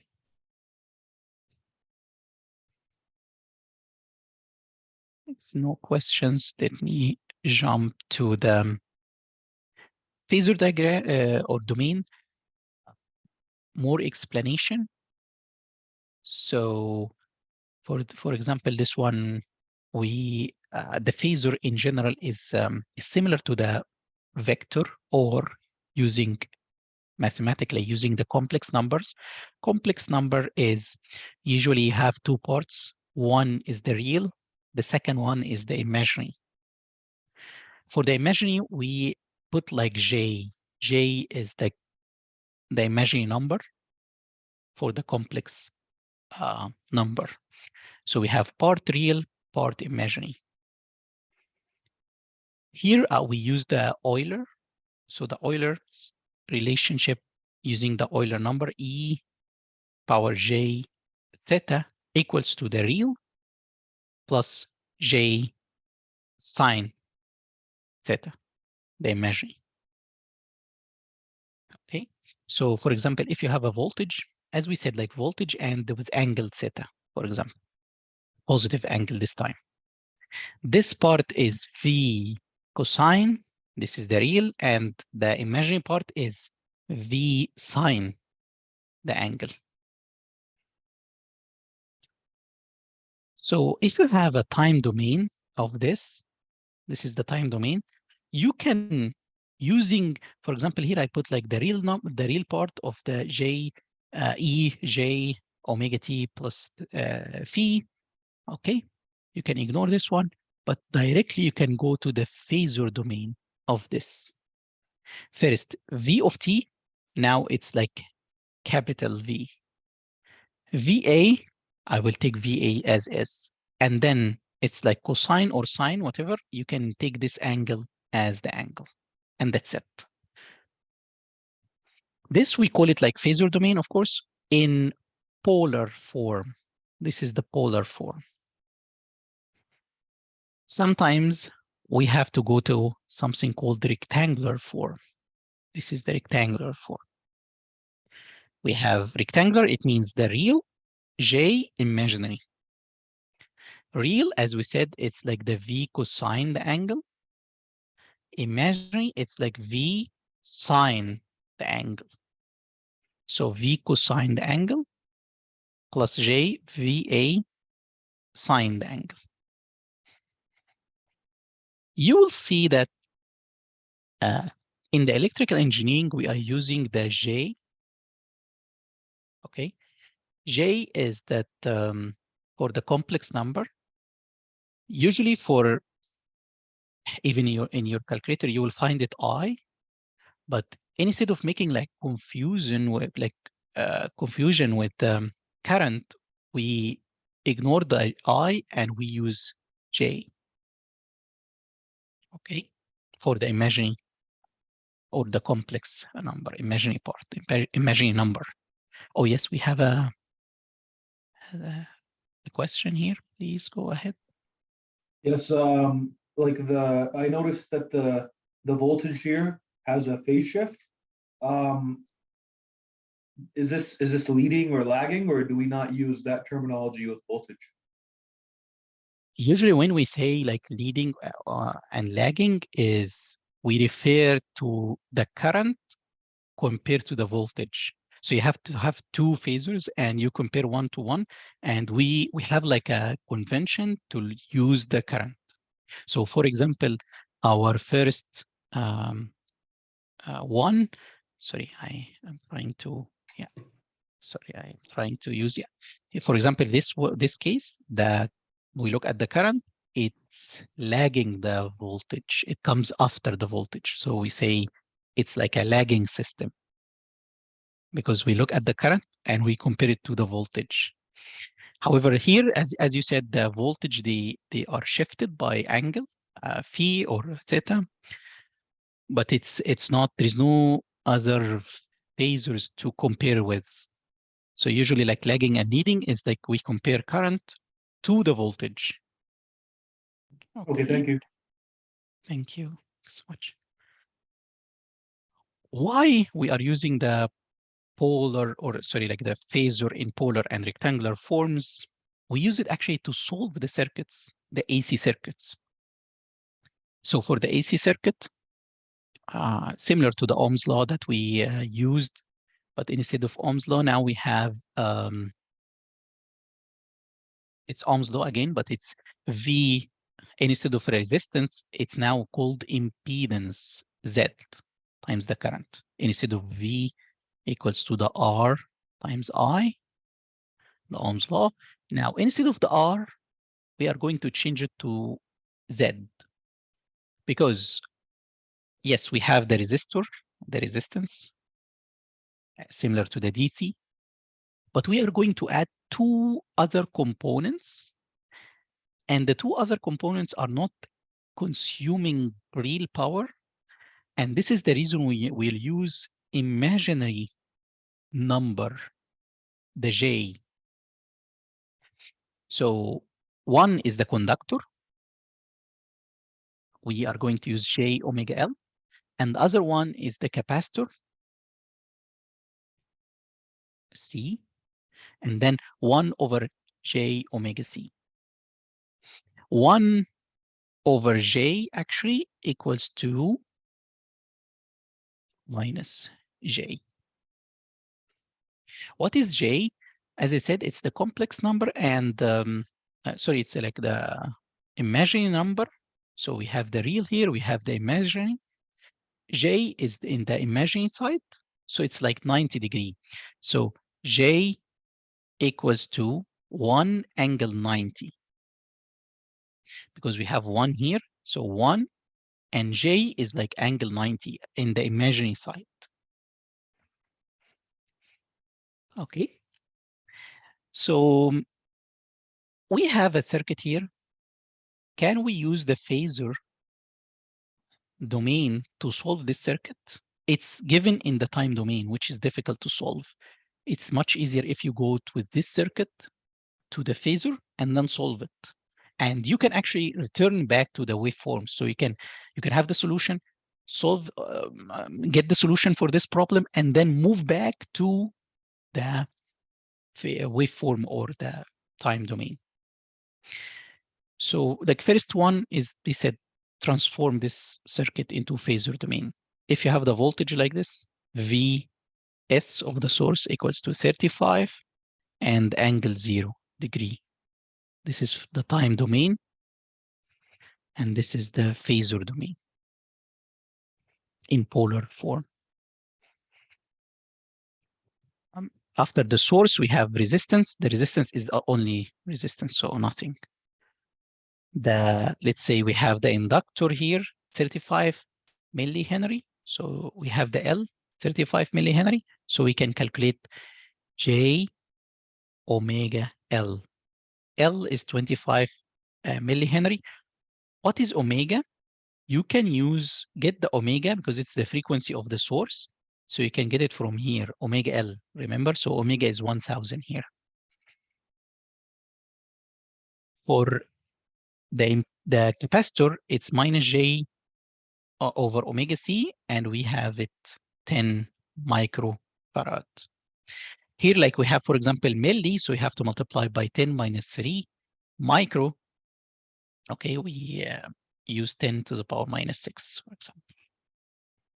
Usually the farad is, or the capacitor in low value of the farad, and the coil too, like it's, but the capacitor is usually much lower or much smaller. Okay. Second part, they ask it to solve the phasor current, okay, or get the phasor current. To get the phasor, I equal to, from the Ohm's law, it's V over the impedance. V is the V of the source. Impedance is the total impedance of your components here. So we can call it like equivalent, for example, Z equivalent. So it's the one for R plus the one for the C plus the one for the coil or the inductor. You will get, I believe, the Z equivalent, it will be like 50 because you only have one real part of the impedance resistance plus something like J omega L minus J1 over omega C. Okay, we have the omega, as we said, 1000, we have the L, we have the C, so you can calculate. And then they ask it to get the phasor voltage across each element. Phasor voltage, so for example, if you want to get the phasor voltage for the R, it's equal to the current in the R, which is the current for the entire circuit because they are all in series, times the resistance, R. If you want the voltage across the capacitor, it's VC, and then the current on the C, and multiply by minus J over omega C. The current on the L equals to I multiplied by J omega L. And we have all the values. At the end, number D, they asked you to find the waveforms to go back to the time domain. So we will use the same concept here, but on the opposite direction. So if you have angle, for example, you will put it plus here. You will put like cosine, and you put this number there. And of course, you have to say the voltage as a, or like current as a function of the time back again. This is moving back from the phasor domain to the time domain. Okay. I use this example from the one of the circuit theory textbook to show you, because in the exam you will find that they ask about the circuit. In Chapman, we don't have a lot of circuit analysis, but in the exam you will find that they ask for some circuit theory, very simple ones, like similar to this. So you can see the this is the phasor domain for the voltage, resistance L, and the capacitor. Get the impedance for the equivalent, divided by the voltage, you will get the current. At the end, get the voltage across each element. You multiply the same current because they are all in series in the same current, and get the voltage VR, VC, and VL. Okay. After that, to move to the waveform or time domain back again, for example, for the voltage VR, okay, you take the voltage magnitude cosine 1000t plus the angle in degree, volt. Don't forget the units. Similar to this case and the last case. And that's it. This is how to solve a circuit, or to move the circuit from the phasor domain to the waveform or the time domain. Okay. Any question? Yeah, Okay, Mohammed, I have let's a start. question. Yes, please. Yeah. Can you go back ahead. one slide? Can you go back One one more? more? Sure. Yeah. So this current, would it be leading or lagging?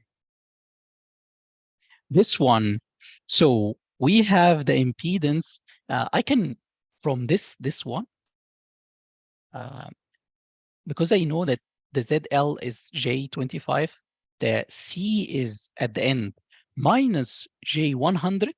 I know that the capacitor, usually the current is leading. So you will see that the current here with the angle larger than the 0 for the voltage. So I can actually draw this one, the phasor diagram for this one, because it's important. We will see in the exam some of the, so the source here, they will ask you to draw the phasor diagram. This is the source. How can we draw the current? This is the positive, right? The current, this is the value for the current, and this is the angle. So the current is something like this. I. We look at the current, it comes before the VS, so it's leading. Another way is to see how much capacitor we have or capacitive value compared to the inductive.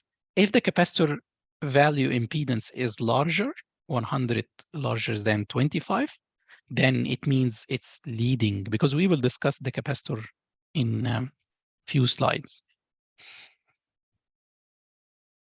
Okay.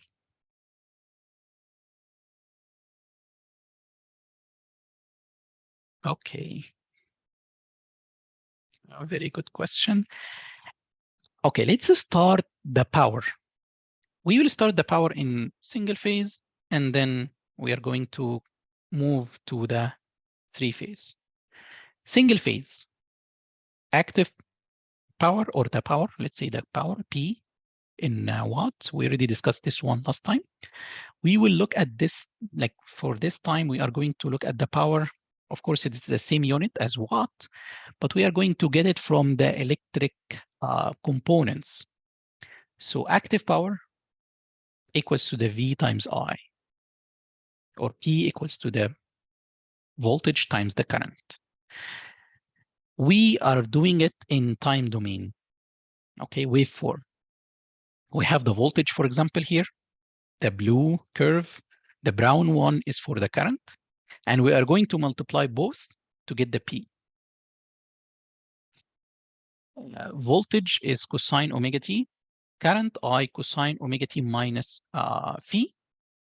If you multiply, you will find the P is the black curve, okay? You will find something interesting, and you can see it in this waveform, that the frequency for the power is actually higher. So when the power is doing two waveforms, you will find the current and the voltage will do only one. The frequency now is doubled for the power. You will find something that the power is, compared to, of course, the voltage and current, is shifted. So this is the axis, actually the red one is the axis for the power. So it's shifted a little bit up this curve. You can look at this curve, it's shifted up compared to the voltage and current. Okay, we need a proof for this, like important notes for the power for the single phase. So the first one is, the first point is, we are going to use the trigonometric identity to solve the two cosines or the cosine multiplication. We have cosine phi times cosine beta equals to half cosine the difference plus the cosine of the summation of the angles. So let's apply this to what we have here. So we will have the power is Vm divided by 2 cosine, because we have half here, cosine phi plus cosine 2 omega t minus phi. This is the instantaneous power. Instantaneous, it means like function on the time waveform, right? Like it's a waveform. Some important notes here. Can you see the frequency? Omega. Now it turns to, instead of omega for the voltage and current, now it's 2 omega. So the frequency actually is doubled. Another note is, before saying this note, when you have a sine waveform or cosine, the average is 0, right? Why the average is 0? Because you have area in positive equals to the area in the negative. So the average is 0. Whatever, if like sine or cosine, as long as it's sinusoidal, it's repeating itself. So the average, the part or the area on the positive side, it will be equal to the area on the negative side. So the average is 0 here. So when you have a cosine like this, average equals to 0. As long as it's on the time, right? Then the average value for the power is this part. This is the average value for the power. So we have instantaneous power that they have all of this, and we have average value. If you remember from the curve, the average value is actually what we have here is the red line here, the horizontal red line. This is the average for the power. That's the reason it's a little bit shifted up. Okay. And the power, average power is P equals to half VM maximum voltage times IM maximum current cosine. The angle phi is the angle between the voltage and current. If you look at the first one, it's the angle between the voltage and the current. It's the voltage angle minus the voltage of the current. Okay, good. You can notice that now I'm not using time domain anymore for the average, right? The average is the average. It's the instantaneous is function of the time. Okay, I have P of t. Here it's only the P. Okay. Then I'm going to use something to remove this half. It's active power is half voltage maximum times current maximum cosine phi. I'm going to use something called the RMS, root mean square value. And root mean square value for the sinusoidal waveforms is the maximum, for example, for the current or the voltage divided by square root 2. This is the root mean square value. The root mean square value, like it's actually like you take mean or like the average for example, for the current, you have the current as a function on the time. You take the average on a certain period, right? It's a square. Okay, so you take the square and under the square root. This is how we calculate the root mean square of the current. For the sine waveform, if it's sinusoidal, it will give you this number. The maximum current divided by square root 2. So now it looks nicer, no half. Because you have, remember, we have IM over square root 2, VM over square root 2, because if you multiply square root 2 times square root 2 is the half, cosine the angle. And then you can take this one as V root mean square. You can take this one as I root mean square. Okay. Good. We have, as we said before, usually the power is the voltage times the current. What is this angle we call cosine phi, or the cosine this angle? We call it the power factor. We said this angle is the voltage angle minus the current angle. We call this angle as the power factor angle. It's the difference between the voltage and the current, voltage minus current. Let's discuss something about the differences between the voltage and current and leading and lagging. Let's have the first one here. We have the voltage here, and we have the current, and this is angle. Look at the current, it comes after the voltage, okay? So we call it lagging. After it means, let's assume they are rotating in this direction, and you are waiting here.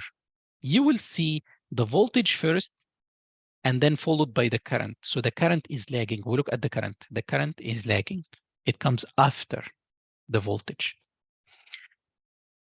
On a different way, if you put the current and the voltage, this is, we call it leading. Most of the time we take the voltage as angle 0, so it's like the reference.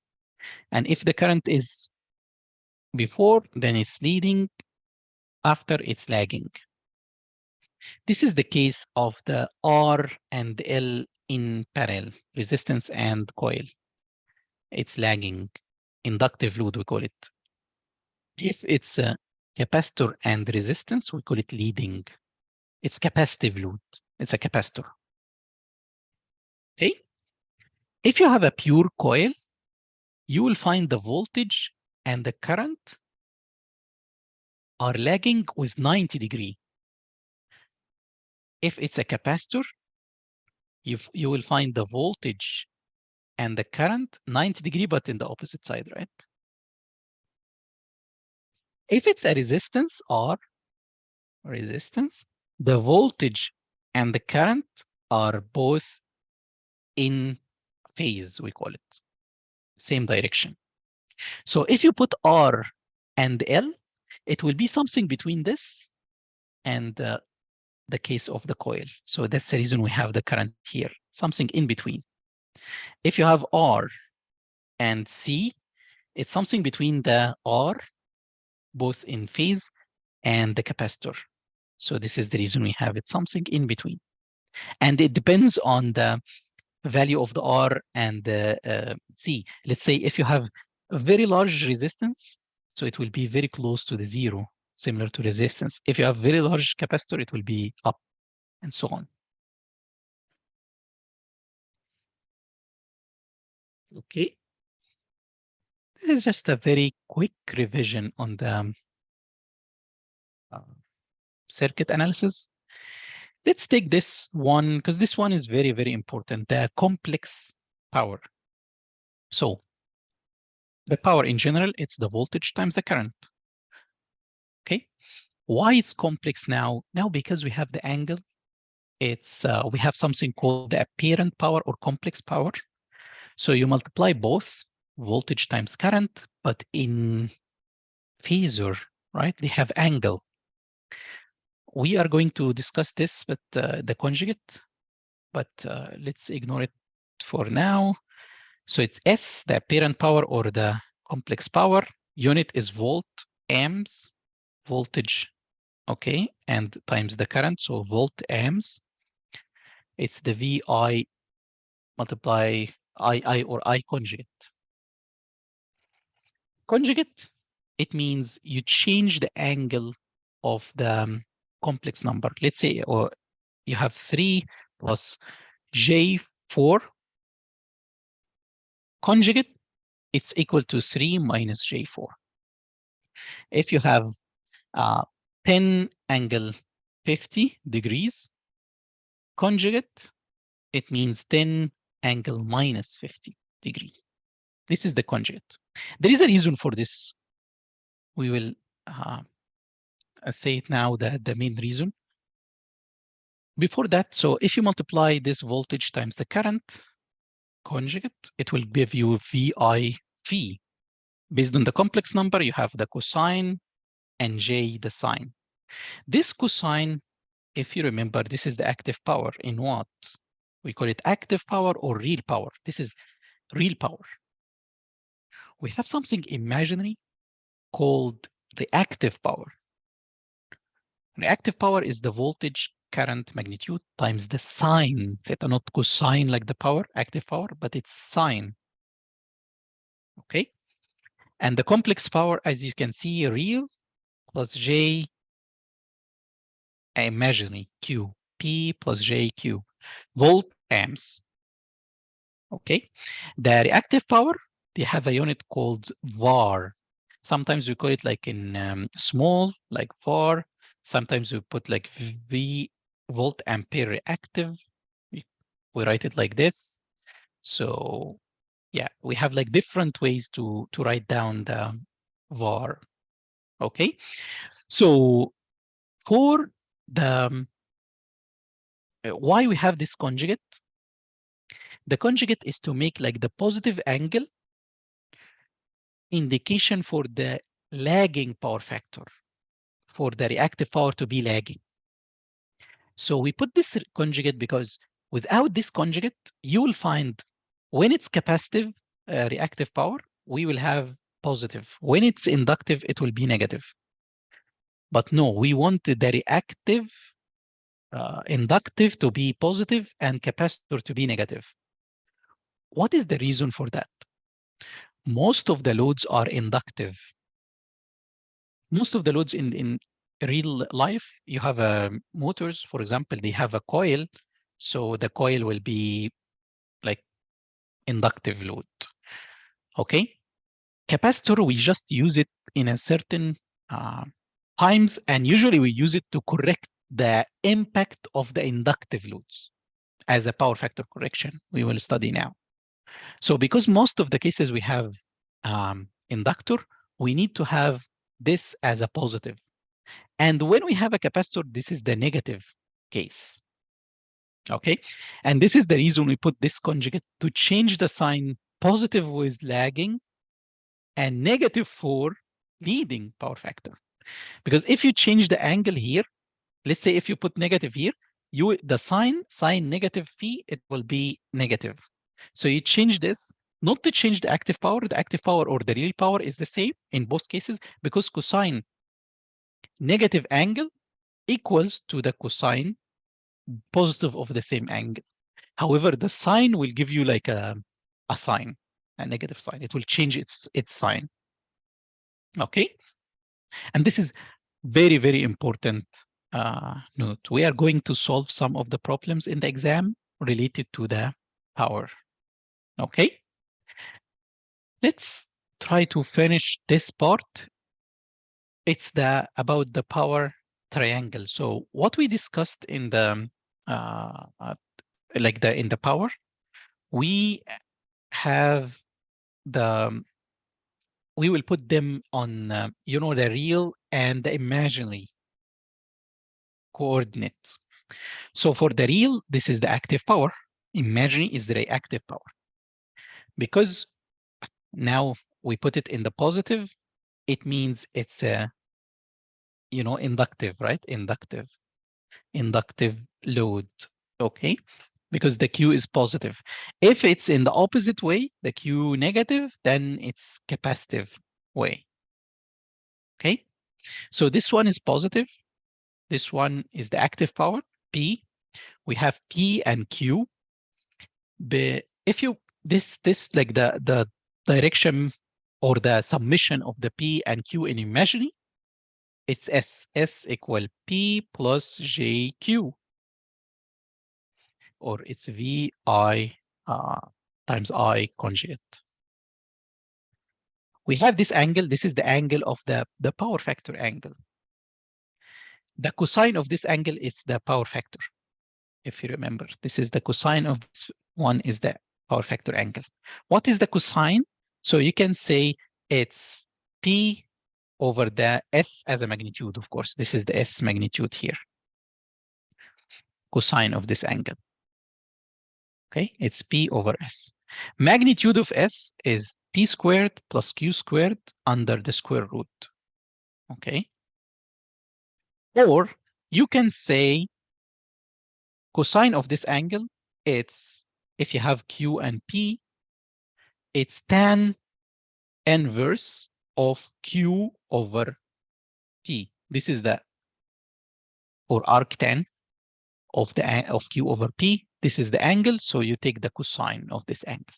So you have many ways to move or to get the power factor and the power factor angle. So it's a P over S or P over the square root of P squared plus Q squared, or cosine of tan inverse of Q over P. If you have any 2P, S, or Q, any two of them, you can calculate the power factor. Lagging power factor, it means inductive load, Q positive. That's the reason we use the conjugate.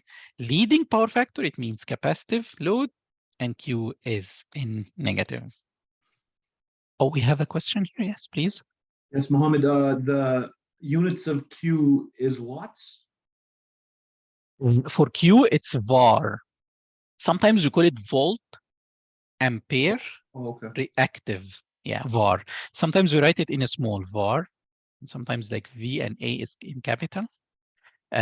P in watt, S in volt, ampere, VA.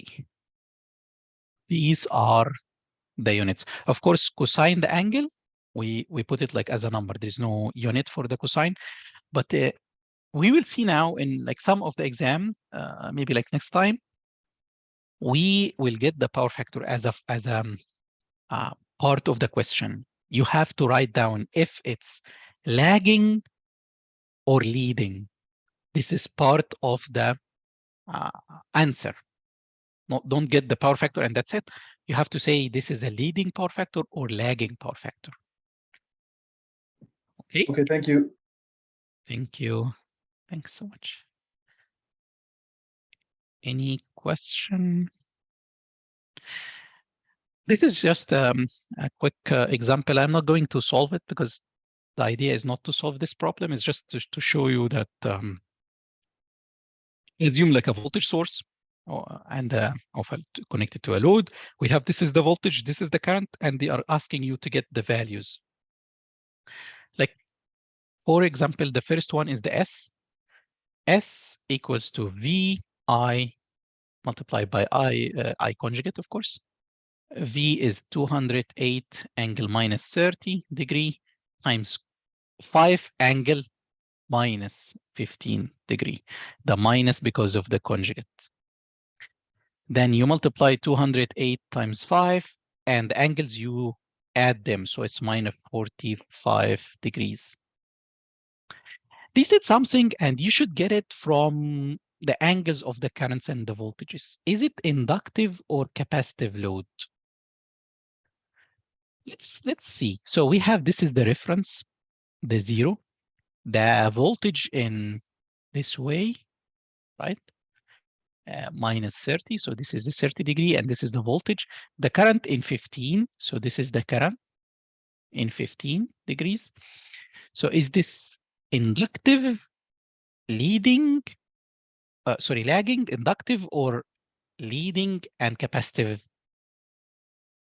If you look, it's rotating on the opposite direction. You will see the current first. The current is leading the voltage, so this is capacitive load.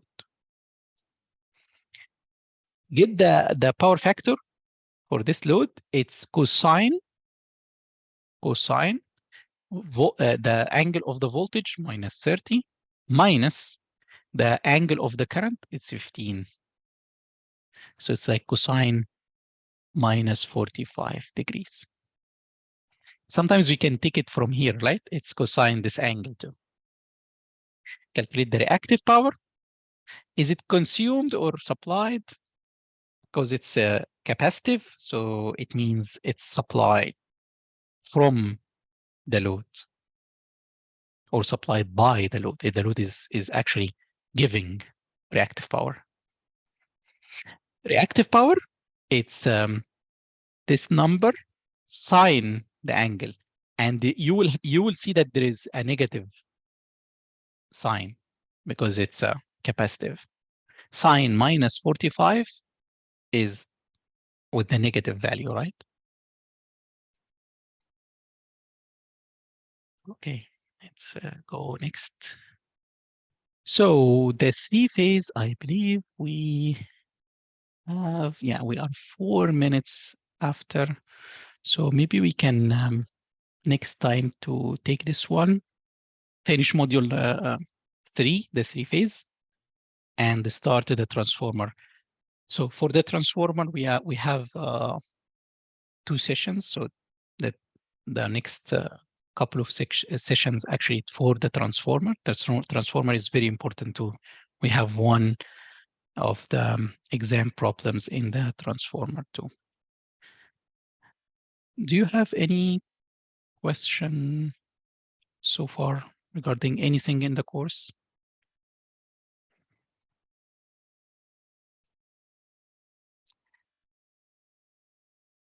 So Mohammed, is no the assignment question. 1 out? Sorry, assignment 1? Yeah. Yeah, assignment 1 is already on the our site. Let me double. Yeah, we have it, but we still have some time, and we are going to go through the assignment 1 next time. We're going to discuss assignment 1. So, and the deadline for assignment 1 is actually in March 2nd. So you still have time. You will have maybe like a couple of weeks between the discussion to the submission. So even I uploaded the assignment number 1, highly recommended not to try to solve it until we have the discussion. You can have a look, you can check. It's 3 problems. One magnetic circuit, I believe, and then one for the 3-phase, and the last one is a very simple one for the transformer, like the basic. So you can definitely, for example, for the magnetic circuit, you can have a look. It's ready. The 3-phase, you can wait for the next time. And we are going to go through them, the assignment number 1 quickly. You will have enough time to submit the assignment a couple of weeks, and there are 3 questions. So it's mainly 2 questions and 1 very simple one for the transformer, like the basic. So it will take like not more than a couple of hours to solve. Okay. Any other questions? Thank you. Thanks so much. And I'm going to forward the recording once I receive the link from the Zoom. Yeah. Thank you. Okay, thank you. Thank you. Thank you. Thank you. Bye. Thank Bye. you.